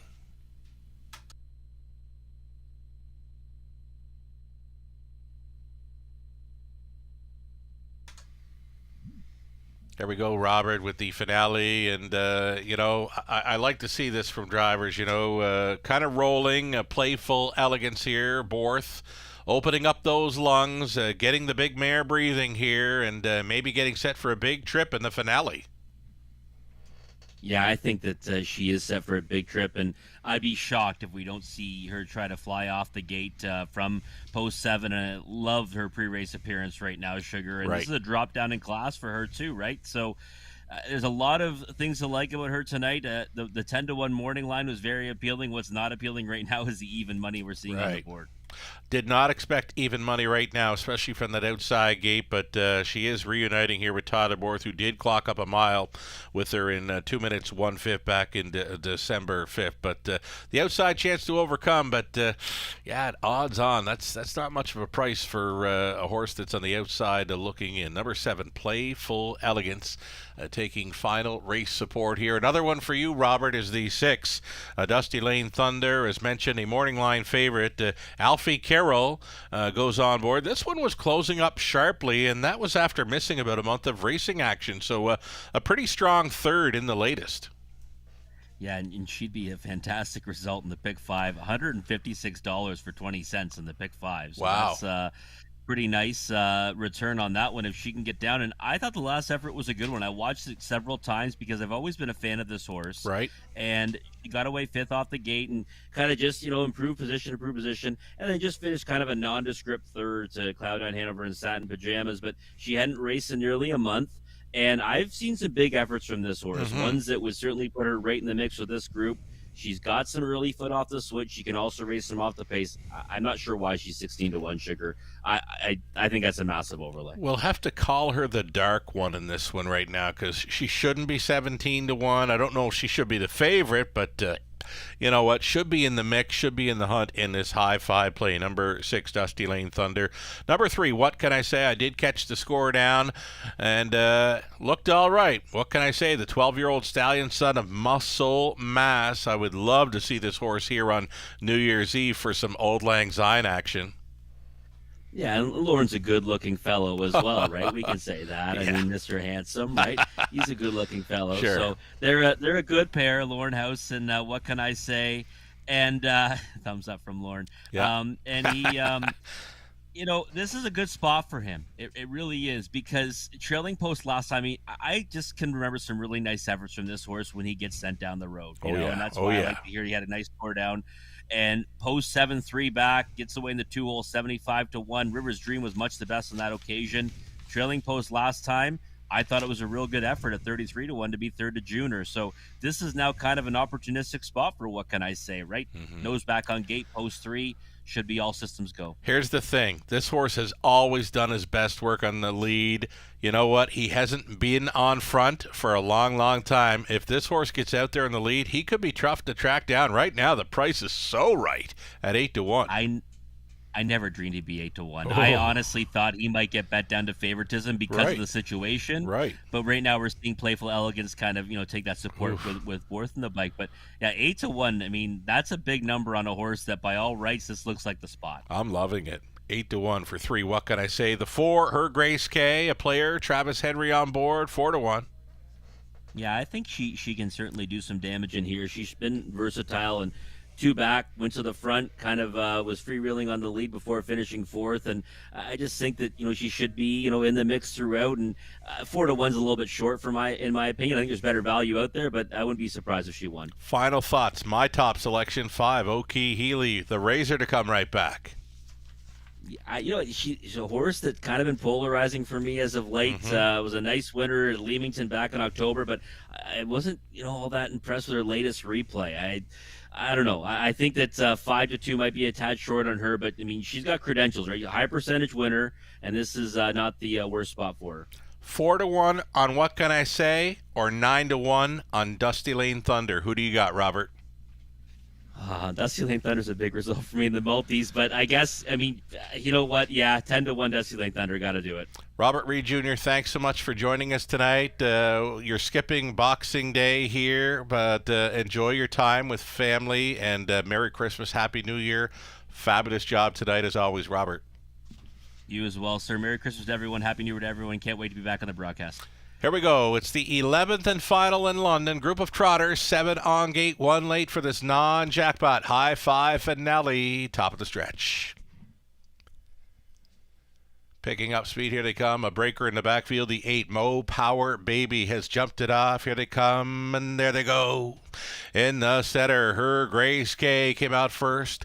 What Can I Say? Also put in play along the inside of Am What I Am. Widest of all, Playful Elegance at 2-1. Looking for some room at the inn. Still on a wild gallop there in the backfield. Mo Power Baby straightening for the opening quarter. And it's Her Grace K. The mare is out there by 2.5 lengths.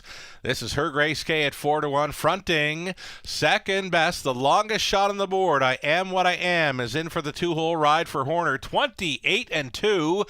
Very quick clip for this group of trotters as they bend around turn number 2. Her Grace K in command. I Am What I Am is second. It's the long mile tonight, it appears, for Playful Elegance. Out there in third, and covering up O'Kee Healy, who's on the outside, and moving forward for Ray, getting shuffled back here. What Can I Say?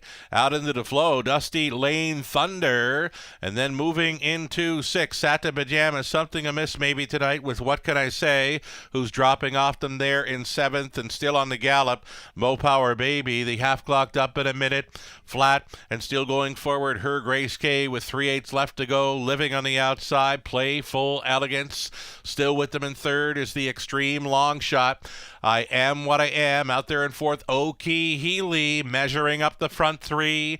Dusty Lane Thunder appears to have some trot for Carroll. And then a gapped off. Satin Pajamas, what can I say? Has pulled up, so too has Mo Power Baby. 3/4, 130 and 2. And it's Her Grace K on top by a length and a Henry. Playful Elegance keeps on coming. The big mare is second best. The drive for 5. Todderbor sending Playful Elegance into the final 8. Coming after Her Grace K. Her Grace K fights on, not giving in, not giving up. Playful Elegance, one last push. Her Grace K.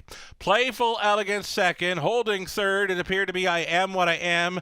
Dusty Lane Thunder looked to be fourth. Finishing off the high five, Oki Healy, 2-0, 2-1.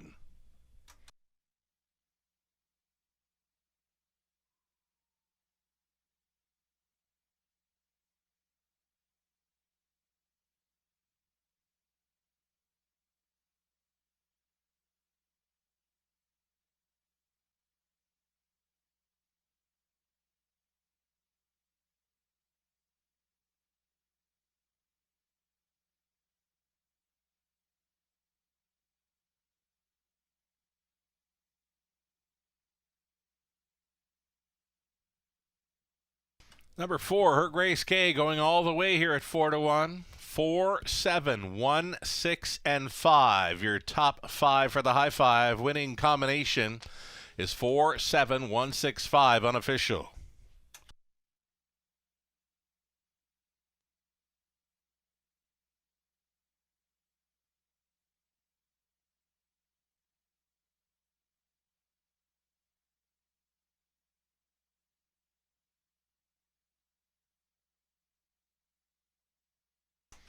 Reporting home a winner, the class dropper, Her Grace K. Her Grace K, 4-year-old daughter of Encore from the Cantab Hall mare, Grace and Vanity. Bred in Pennsylvania, owned by Lori Keeling of Woodstock, Ontario. Jason Libby conditioned. Travis Henry driven to win. Travis for the driving double tonight, going all the way in the high five finale aboard. Her Grace K in 2, 0-2, and 1. Congratulations.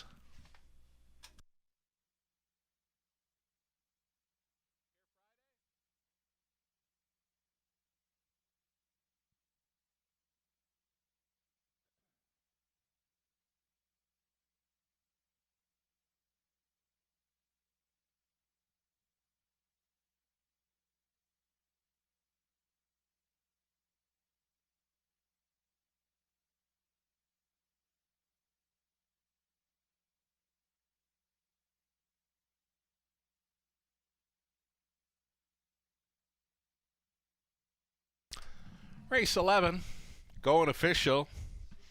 Race 11, 1040 on a win ticket. Her Grace K. Exactor, $24.90. Dollar try, $239.40. High five, 20 center, $1,600. 98 and change. Late double, $19.40. Pick 3, 20 center, $661. Dollar pick 4, $75.15. Pick 5, 20 center, $57.17. And again, another large high five return on the end. The high five finale, 20-cent ticket coming back at $1,698.93. The rundown for race 11, I Am What I Am, finished third. Satin Pajamas sixth. What Can I Say, pulled up, did not finish. Her Grace K won it. Oki Healy fifth. Dusty Lane Thunder fourth. Playful Elegance, Big Trip to be second. Mo Power Baby did not finish. That one pulling up. Total wager on tonight, season high. We'll call it the meat high. $608,000 and change. Thanks so much tonight for playing. Always, we're back this coming Friday evening. It's another 5:50 start time. Again, over $600,000 wagered on this card. The meat high on this Tuesday evening. Thanks so much for playing. By the eye in the London sky. Hey, great show by the horse people tonight. Horses did a fantastic show on track. A beautiful evening for a horse race. Again, from the eye in the London sky, I'm Sugar Doyle. Have yourself a great night. We'll catch you again on Friday.